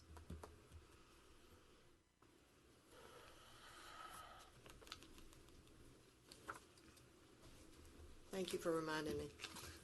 Jackie Markell. Since this would be a significant, major change on how we do business here, I think that the public needs to know exactly what's going on. I think a detailed explanation needs to happen to the public. As you all know, we have a very vocal constituency, and to think that public voices would be quieted by something like this is extremely concerning to me. So I would really like to see, before we start drafting, changes to the comp plan, as one of your constituents, I want to see what the options are. I want a detailed explanation. People who deal with this all the time understand a lot more than the public does, but it's the public that will be subject to the changes that are made. And I just want it to be very clear to everyone what's going on, why the changes are being sought, what it would do to public comment, and what ultimately the result would be. Yeah, let me say one thing about public comment, because I've been asked that question earlier, actually. We can't cut off public comment at even at a DOAH hearing or magistrate or whatever we're going to call it type of hearing. We cannot cut off. We are required to take public comment. So that would not change. But, you know, when just so you know, you can't just say, no, we're not going to have any public comment. When I hear that we're required to take public comment. We want to hear public comment. I'm Thank a lawyer. you. I think in terms of Thank requirements. you. Because to me, as a citizen, I want you to know how I feel. And I'm sure that the people sitting behind me, they want you to know. They don't want you to hear it because you have to hear it. You're our representatives. We voted you guys in. We paid the salaries here.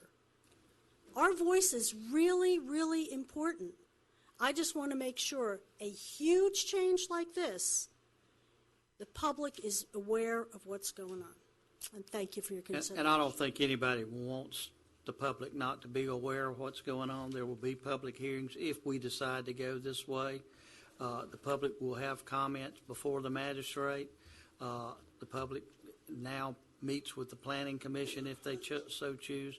So the fact that our lawyer quoted required does not mean that we don't want it. It's required as a lawyer term. But yes, we always want public comment. That's why we have you up here right now. So this is not to silence the public at all. I just want to have input as a public citizen on how major changes are going to be made to something that's so important. And you will to the have. public. Thank you. Thank you. Anybody else? Yes, sir.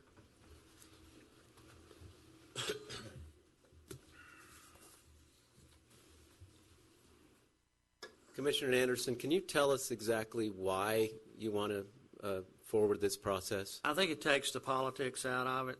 I think with a professional that he's going to know the code better than any one of us up here.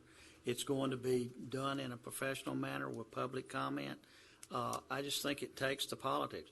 After talking to several people on staff about this, they agree. This eliminates the politics in it. So if I want a project, say there's a project I want done, and I'm pushing code planning to get it. I don't do that, but just theoretically. I think it takes us out of this equation of pressuring somebody to do something. And I think it's far better to have a professional hear it. And that doesn't mean we can't disagree with him. In talking to Mr. Davis, Escambia County does this. Or it may have been Mr. Jones I was talking to. And they've changed some of what the magistrate says. So I just think it would take the politics out of it. Well, as Jackie mentioned, we have a very active vocal constituency. I know. And I know. And it's like your lives would certainly be made easier. You wouldn't have to return as many phone calls or as many emails. And these controversial decisions would affect your ability to get reelected a lot less because, if you vote against the community, it's not going to affect you as much. So it sort of takes the power out of there. We'll have public hearings on this, and, the communities, I'm one vote. I understand. And you're the most important vote to all of us in South Walton. And I'm not, first of all, I'm not concerned about reelection or not. I don't govern that way. In fact, I govern with the fact that I'm probably not going to run again. Well, the not to important say thing, I am or not, but that's how I'm governing. I'm always thinking of what's best for Walton County. There's a reason that the Florida Association of Counties is investigating this. And, we've got a long way to go on this. This is just a start to see if it works for us, okay? well, we're just trying to find out what the reason is. And these decisions, if they limit public comment, I'm glad to hear that they're not going to. I hope that that's really the case. These decisions, I don't think anybody's against development. It's just that compatible development is important, especially when it's right next to your home. Just like these folks that are concerned about a beach access. It's like these are decisions that affect our quality of life and our property values and the long-term well-being of South Walton County and Walton County. So we'll be excited to hear more about it, and Thank you for your Thank comments. you. Anybody else? Okay, so we have, And I'd also, a little concerned with taking politics out of it.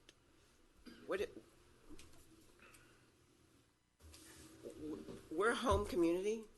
A lot of people know each other, have lived here all their lives. I'd like to know how we're going to get above the politics that are right here for special magistrate, okay, I think we have a direction. Commissioner Commander, did you have another You comment? had called my, you hadn't gotten to me yet. I was next. I'm sorry. Go Oh, ahead. that's okay. We were just apparently, and I don't know who did it, put these here. I mean, this was given to me in a public meeting. Did you get one for the clerk's office? You I can don't have even know mine. what it is, basically. I just was from Alex. handed this. No, it didn't come from Alex. Apparently it came from a firefighter. Anyway, I was just concerned that we were given something in a public meeting that the clerk didn't have a copy of. So, she now does. That's all. Okay, so we have, I believe we have direction. Okay. Okay, Commissioner Commander, did you have any other comments? Thank you, I hope you get better. Commissioner Nicker? No, ma'am. Okay, Commissioner Chapman? Commissioners, I advised at the last meeting that I would be meeting with the constitutional officers to determine their office space needs, both at the north end and the south end. In your packet is my report, and I ain't going to read it, but I'll just basically try to highlight it. The Board of County Commissioners is responsible, as y'all well know, for all the structures that are in Walton County, whether it's a courthouse or a fire station in Choctaw Beach. It's our obligation to make sure they're properly maintained. It's also, in my opinion, our obligation to make sure that we can, as best we can, provide enough space for the constitutionals to do their job. As I indicated in here, Judge Wells is pretty much satisfied with the north end. However, he would like to see the old courtroom and the front part of the original building fixed, and I know that staff is working on that, so hopefully we can report back at some future date. Sheriff Atkinson indicated he's got sufficient locations or buildings in the north end. He's also concerned about the south end as far as the substation there. That substation is going on about 15 or 16 years of age, and the increase in people living down there has put an extra burden on them, and he's needs some office space, but he is going to be addressing that himself, and he'll be looking at it, and we'll probably come back at some future date. Patrick Pilcher, the property appraiser, is apparently okay with both locations, north and south. That's sufficient, and he believes that's good for the long term. Bobby Beasley seems to be one of the two constitutionals that is in dire need of some additional space. You might be aware or remember that we approved for him to go out and get the new voting equipment. These are much different than what we had been using, and it takes a lot more space for him to store them. He's indicated he needs about 3,000 square feet of new space. Possible location, this is primarily in the main courthouse up here, because when we go through a canvassing process for an upcoming election, there's a lot of calibrating and preparing these machines prior to them going to the precincts for voting. Convenience is very important to him. There's a possible location in the bottom parking area that might be available with some remodeling and climatizing it as a possible location. Other than that, that part of it, I'm not sure where we can go. Across the street over there, if building is moved down to Freeport at a future date, maybe the space over there in the building department could be used for that storage. but that is his biggest need right now. The clerk, Mr. Alford, correct me if I misstate anything you said that day, but I don't think I did. He needs space both up here at the courthouse and South Walton Annex. He says if the planning department moves, the space vacated by the tax collector, if she moves to the south end where planning presently is, then there could be some additional space at the old tax collector's location to expand his office for his needs there. Am I stating that about right? That is correct. Okay. Except up here, we're acceptable right now. We're not acceptable for a 7-year growth pattern. Right. That's basically what we looking at a 5 to 7 year okay down there on the south end with those movements there. Ms. Skipper, says she's at a critical point in her operations. She is, and it's part of your packet, photographs of especially the South Walton Annex, where people are sitting on the floor, leaning in the hallways. Apparently, Sammy Sanchez with South Walton Fire has a concern about the safety concern there. She's in dire need of space, both locations. The more that the state has asked these tax collectors to take on, such as driver's license, concealed weapons, there are certain requirements for privacy whenever they start dealing with an individual needing one or both of those. And there is a lack of privacy in both locations, so they can do whatever has to be done. She really needs space. Now, one thing that we did talk about at this meeting is our discussion concerning the Freeport property and the movement of South Walton. Planning, moving that up there and maybe vacating some of that's over here across the street behind us. And then that would free up the entire southern part, which I don't know Mr. Dice if he has an idea or somebody else does. It's about 6,000 square feet in that area behind the boarded room down there in South Walton. Wayne, you got an approximate figure on that? I don't. I'm sorry, I don't have an approximate figure. Okay. Well, if that's the case, then it's still a significant location down there. And if I didn't misunderstand Ms. Skipper, that would probably satisfy their needs for, she says, 5 to 7 years. I think everybody has indicated that we should have somewhere in the next 5 years about 75 to 80,000 permanent residents in this county, which is a significant chunk. So that's there presented for your review. It might be something we want to get staff to start looking at, and I don't remember, Mr. Jones, when we're going to talk again about the Freeport property or where we're at in that process. We have ordered appraisals. Okay. And we would anticipate by the next meeting. All right, so that might do it, but that is it. And then again, if we've got any other structures out there that are in dire need of maintenance or upkeep or refurb or whatever, we need to start looking at putting those monies in the budget so we can adequately maintain these structures that we have throughout the county. Commissioner Commander. I have a question. You said that Bobby Beasley needs about 3,000 feet. That's How correct. much? Okay, how much of the basement would that take up? Because I feel very strongly that we need secure parking for the judges, for us sometimes. We need that secure parking.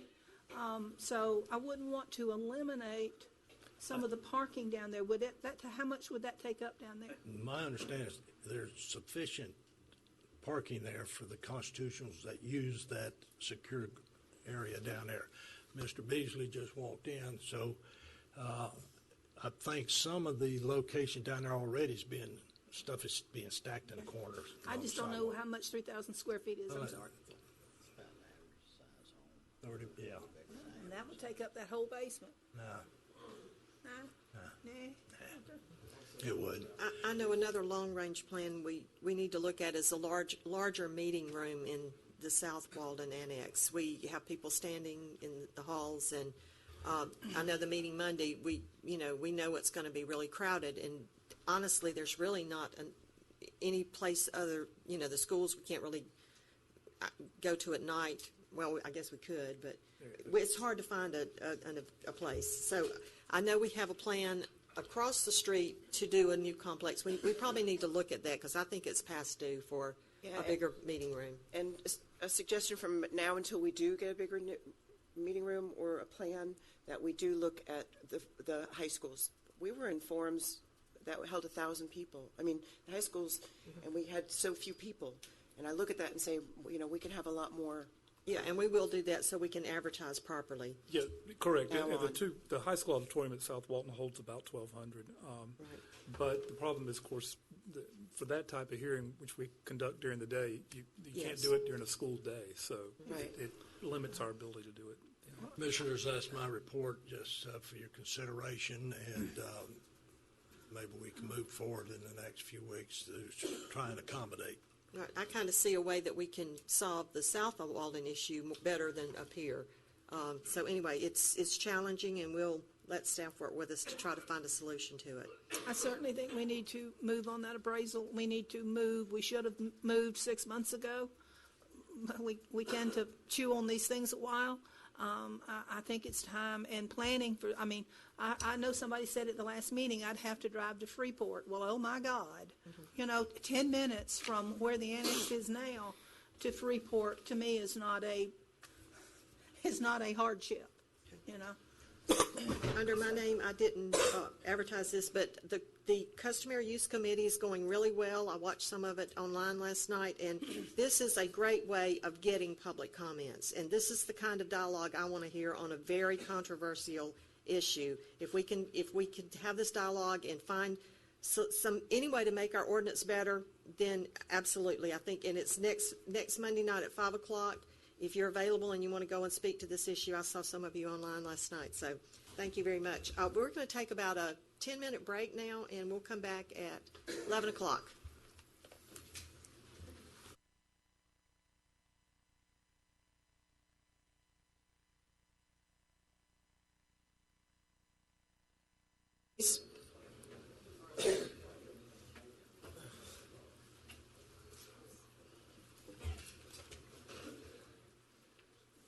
Okay, we're down to citizen requests now. Kathy Pope. Commissioner, just explanation. Do I have all of these? We had a little concern about a HIPAA issue. You have mine. Okay. Just we'll talk about it. So I don't see Kathy Pope. So Dana Harmon.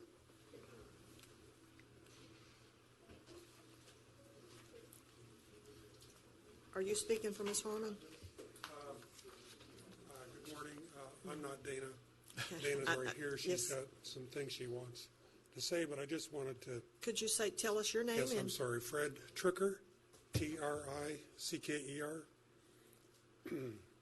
And we just got word yesterday that there had been some changes with respect to the 30A 395 right-of-way acquisition agreement, and I wondered if, for the public record, we could get some information on that, and I'd like to get a reading from the commissioners, too, as to what they think about it. Commissioners, I emailed you yesterday. We received an email from EBSCO's attorney regarding the affidavit, I believe, that I've had on the agenda a few times. As you may recall, that was one of the list of things that needed to be accomplished that the county was required to do in the agreement. They have waived that requirement. In other words, they're no longer requiring us to produce an affidavit saying that the state of Florida has no interest in the underlying property that was abandoned.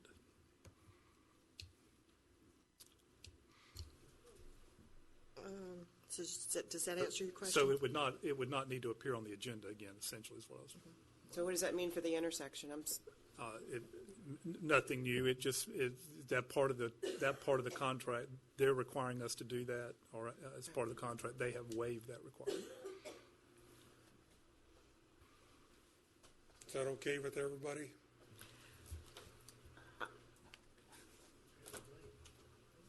Waiving that, what does waiving that requirement mean? Means that we're not required to do it as part of the contract. All right, where are we at with the contract? The contract is still there, still valid, still being moved forward. I tell you what I didn't do, and I apologize, I just didn't get a chance last night, is the next step is recordation of deeds. We have them in escrow, and I just need to see what the trigger point of that is. I just don't know right now. So at the deed process? Yes, ma'am. We have them. We both hold them in escrow, but I just need to see what the trigger point is. I just don't remember. I think what the gentleman's asking, though, would this, I hate to speak for you, but is this, does it affect the contract in any way? Does it make it invalid? Does it, Not in my opinion, no, sir. It's still a valid contract. Okay, well, actually, we have a different opinion on that. We just found out about this yesterday, and many thanks to the people that sent the information to us. We haven't had enough time to prepare a sufficiently good response, so we'd like to put it on the agenda for the next meeting, if that's okay. Yes, that would be fine. Oh. Okay, thank you. Would you want it under your name, Mr. Tricker? That's fine. That's Okay. good. All right. So I'll let Dana come on up now and Okay. have her turn. Question mark, haven't we already voted on this? Yes, ma'am. Yes, ma'am. The contract was approved in April, I believe, of 2015. 2000 when? 15. 15. Actually, I wrote it down. Well, if that's the case, why would we move forward with any further discussion if this contract has been agreed to? Commissioner, y'all can discuss what you want to, but quite frankly, there's no need. It's a done, completed, finished contract. We're in the design phase now of the intersection. So. Mr. Vorbeck.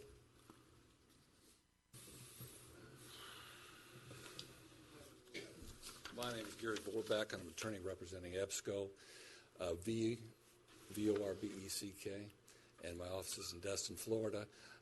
Madam Chairman, board members, we have a valid and enforceable contract. It's been voted on. It's in effect, and there's no discussion on it. And I'm afraid and I want to warn some of the folks talking that there's a cause of action called tortious interference with the business relationship.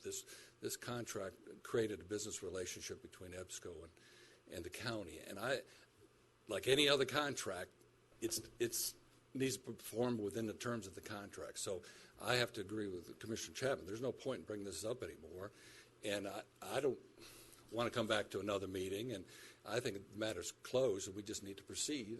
And like the county attorney said, we're right at the finish line and just recording the deeds. Okay. So, thank you. All right. Thank you, Mr. Vorbeck. If I would like for Ms. Harmon drove all the way up here, and I would like for her to have a right to speak, if the commission would allow that. Thank you. My name is Dana Harmon. It's Harman.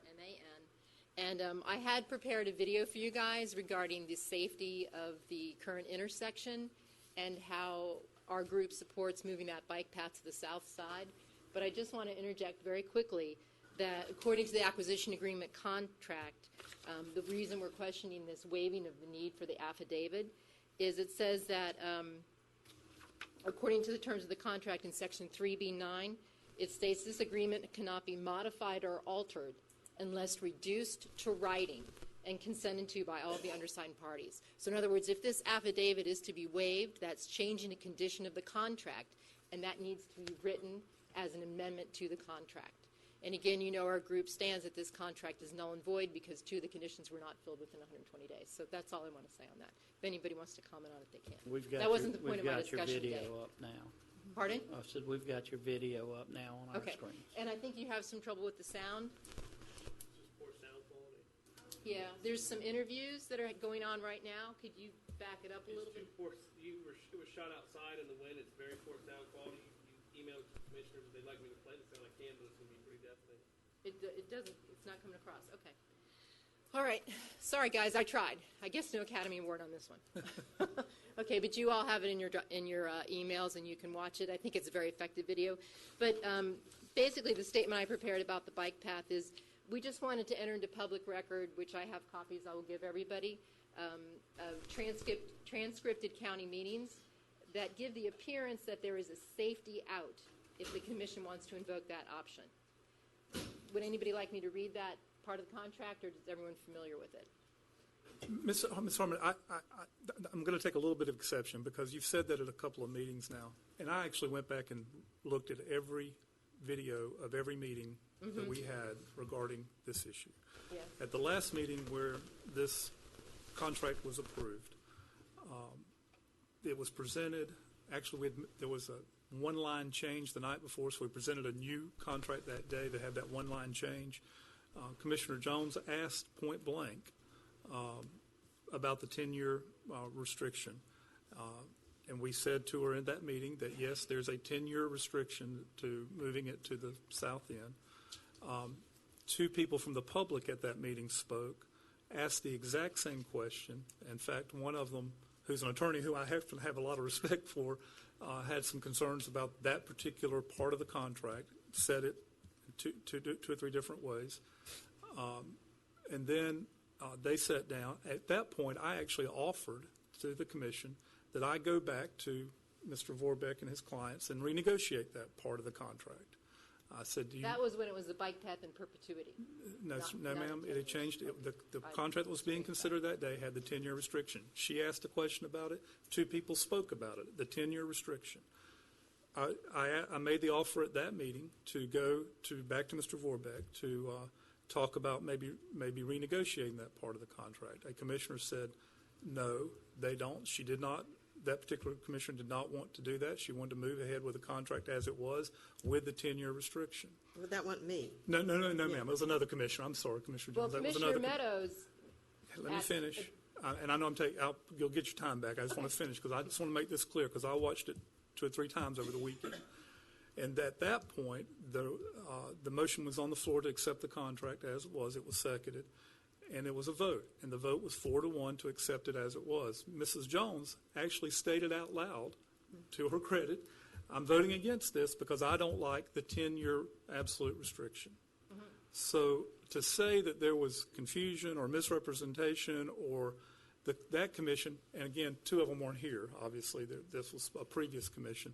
That commission understood exactly that there was a 10-year restriction. They talked about it. It was discussed by members of the public, and they still voted to adopt it.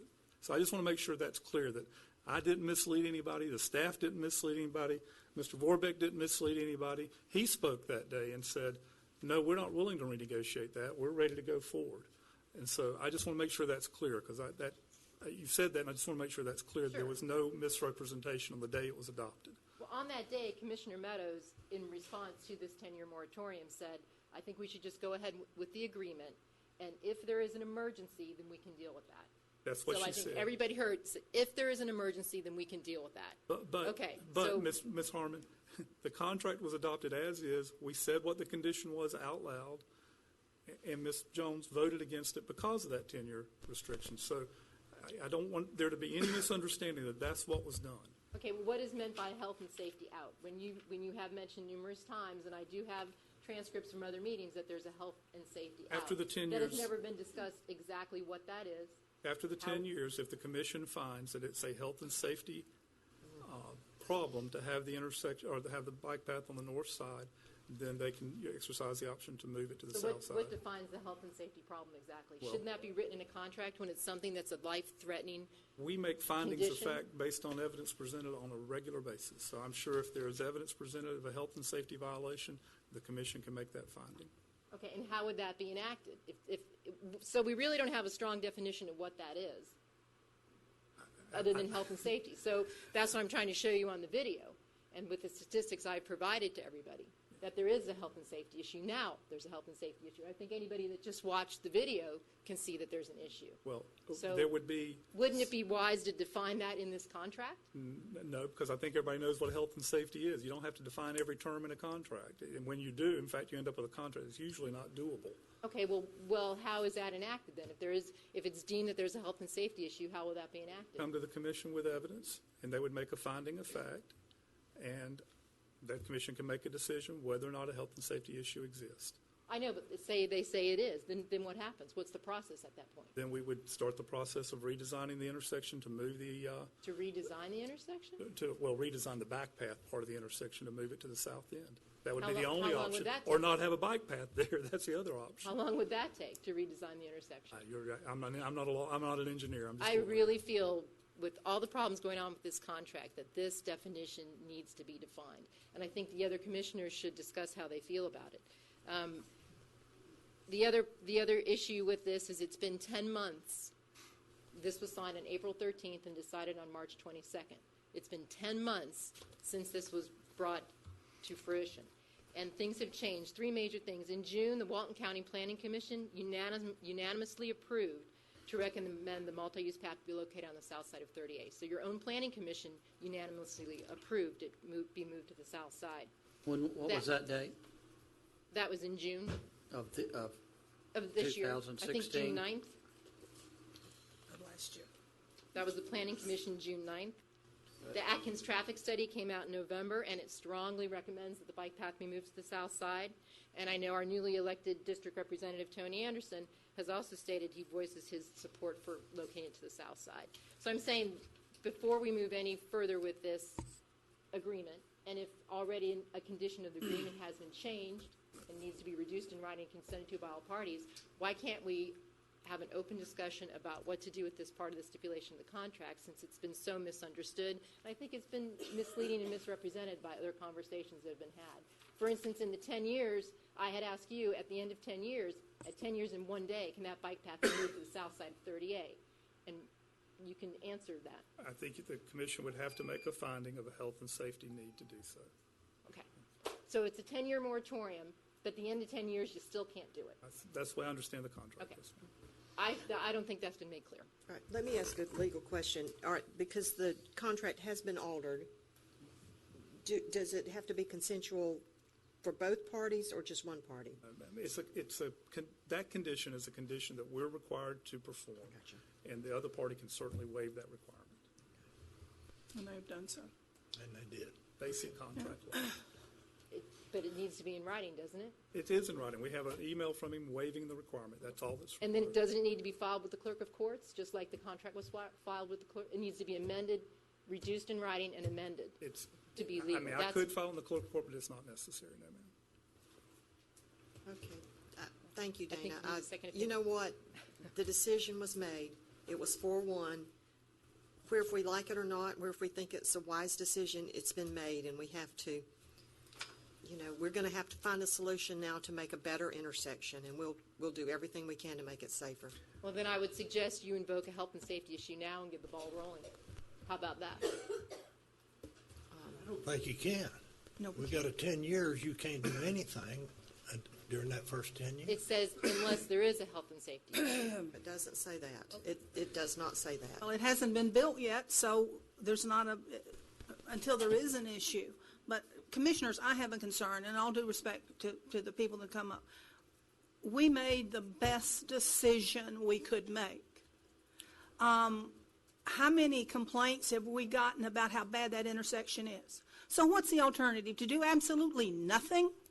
Then we're off the hook, and people have to put up with the congestion. We either try to do our job the best we can do under recommendations of staff and our attorney and everybody else and go forward, or we do nothing. It's like, to me, the alternate from 30A to 98. No, this group doesn't want it through the forest, and this group doesn't want it through the neighborhood, and this doesn't. So what do? Build a skyway? We're never going to make everybody happy. Even the good Lord didn't do that. So we've got to somehow, we've made a decision and stick by it. Now, if it comes up, and once it's built, that there's a safety issue, then, it can certainly, I think, be brought back to us at that time. But at least build it and see if it works. Well, that's what I'm trying to say, is there are better ways to put it together now so it'll be more efficient and more safe. And before you build it, now is the time to have that discussion. I don't want to argue. Isn't her time up? It is. Thank you, Dana. Thank you. Okay, let's go on. Madam Chair, before we leave, just for clarity, Mr. Tricker had requested the item be placed on the next agenda. Is that, if he wishes that to happen, does he need to get with Mary, or do you have any interest in hearing it at the next I'm meeting? not sure there's any interest to hear it. I mean, the decision was made in 2015. We're moving forward now that this little thing came up and it's been satisfied, and we're in the design phase. So I'm not sure what could be accomplished for that type of concern. I agree with Mr. Chapman. What is our process? The person gets with Mary or asks to be on the agenda, And that was what I was looking for clarity. If you were directing us to agenda it for the next meeting, or to allow him to go through the public comment citizen request form I think and that's submit the if that's what he process. so desires. yeah, I think he should go through the citizen request form. Okay, is that, Yes. So if you would get with Mary and You get- admin, or Mr. Jones here, right there. Yes, sir. Thank you. All right, any other public comments? Anything on the agenda or not on the agenda? Seeing none, planning, Mr. Dice.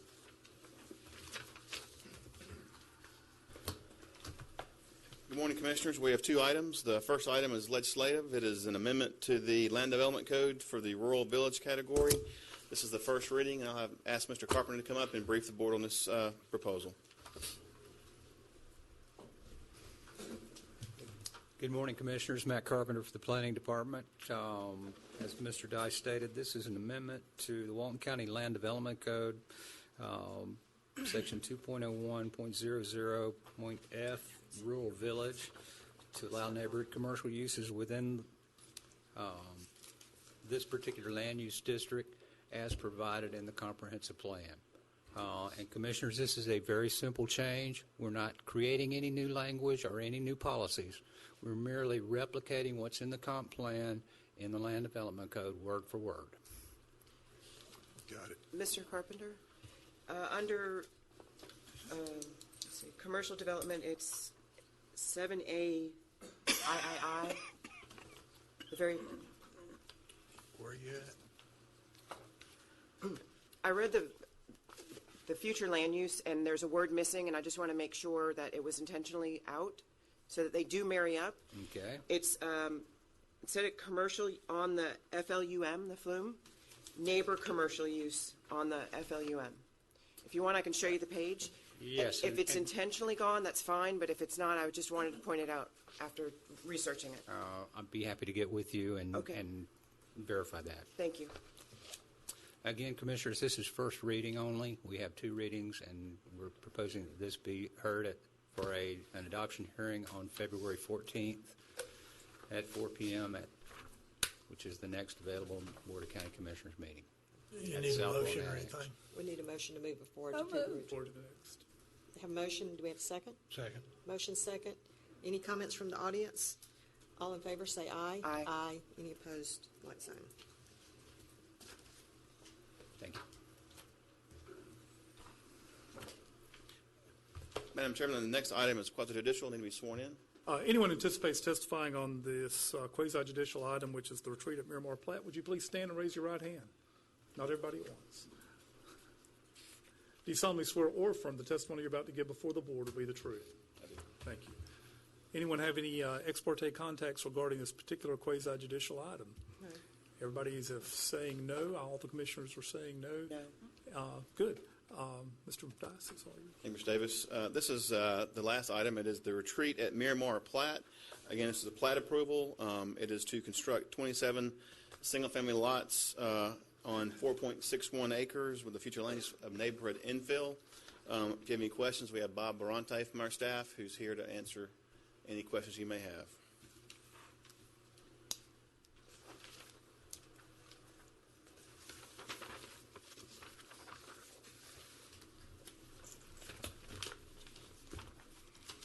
Do we have any questions? I do. This is just south of the Driftwood Ellis area near Seascape, is that correct? Yes, ma'am.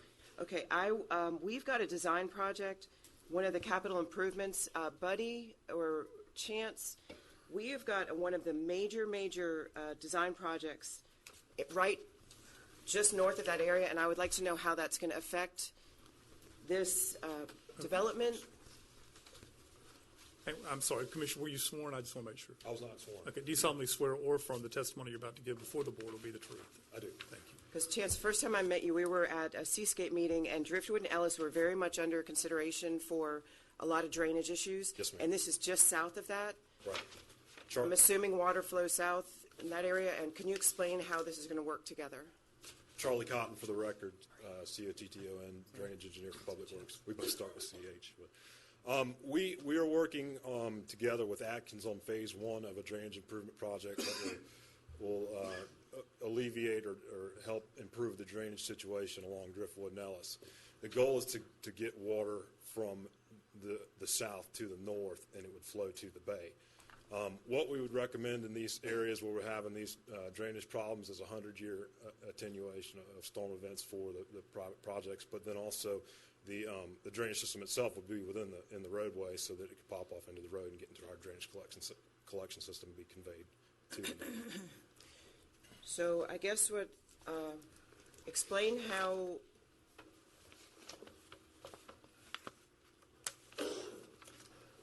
I'm sorry. That's okay. Take your time, sweetie. When we're working on this project, how is that going to affect, or is it going to be a problem with approving the subdivision? These two are very close to each other. If we've got drainage issues just north of this, and we're approving a subdivision, I'm not sure how that works. If you are working with them to make the drainage better through this subdivision, I know we have a problem. We're trying to fix it, but we're being asked to approve more development. I think that our project will essentially be lagging behind their project, our road infrastructure project. All right. In your opinion, should we complete the design project for Driftwood and Ellis Phase 3 before this is developed? I think that if a private parcel is located in a basin of critical concern per the Land Development Code, the developer should meet 100-year attenuation. And does the developer do that? I believe so. Mr. Bronte? Could you repeat the question, please, ma'am? Stormwater 100-year attenuation. I believe that it was, the process of this plat was, it was a small-scale amendment done, or I'm sorry, there was a less than minor development order issued in December to alleviate issues that were identified by the Public Works for drainage. The process went through for review again. It was approved by Public Works, and now their final stages are coming in for their plat with those changes on the plat. Okay. So I can be guaranteed as a county commissioner that The development order would reflect that, and I believe, if I'm hearing Bob correctly, that the Public Works had identified some changes for us to make in that, or for the developer to make in that development order.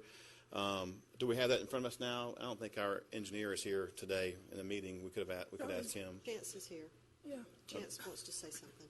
Okay, I'm sorry. Chance, were you sworn? I'm sorry. I'm sorry, I was not That's sworn okay. in. Do you solemnly swear or affirm the testimony you're about to give before the board will be the truth? It is. Thank you.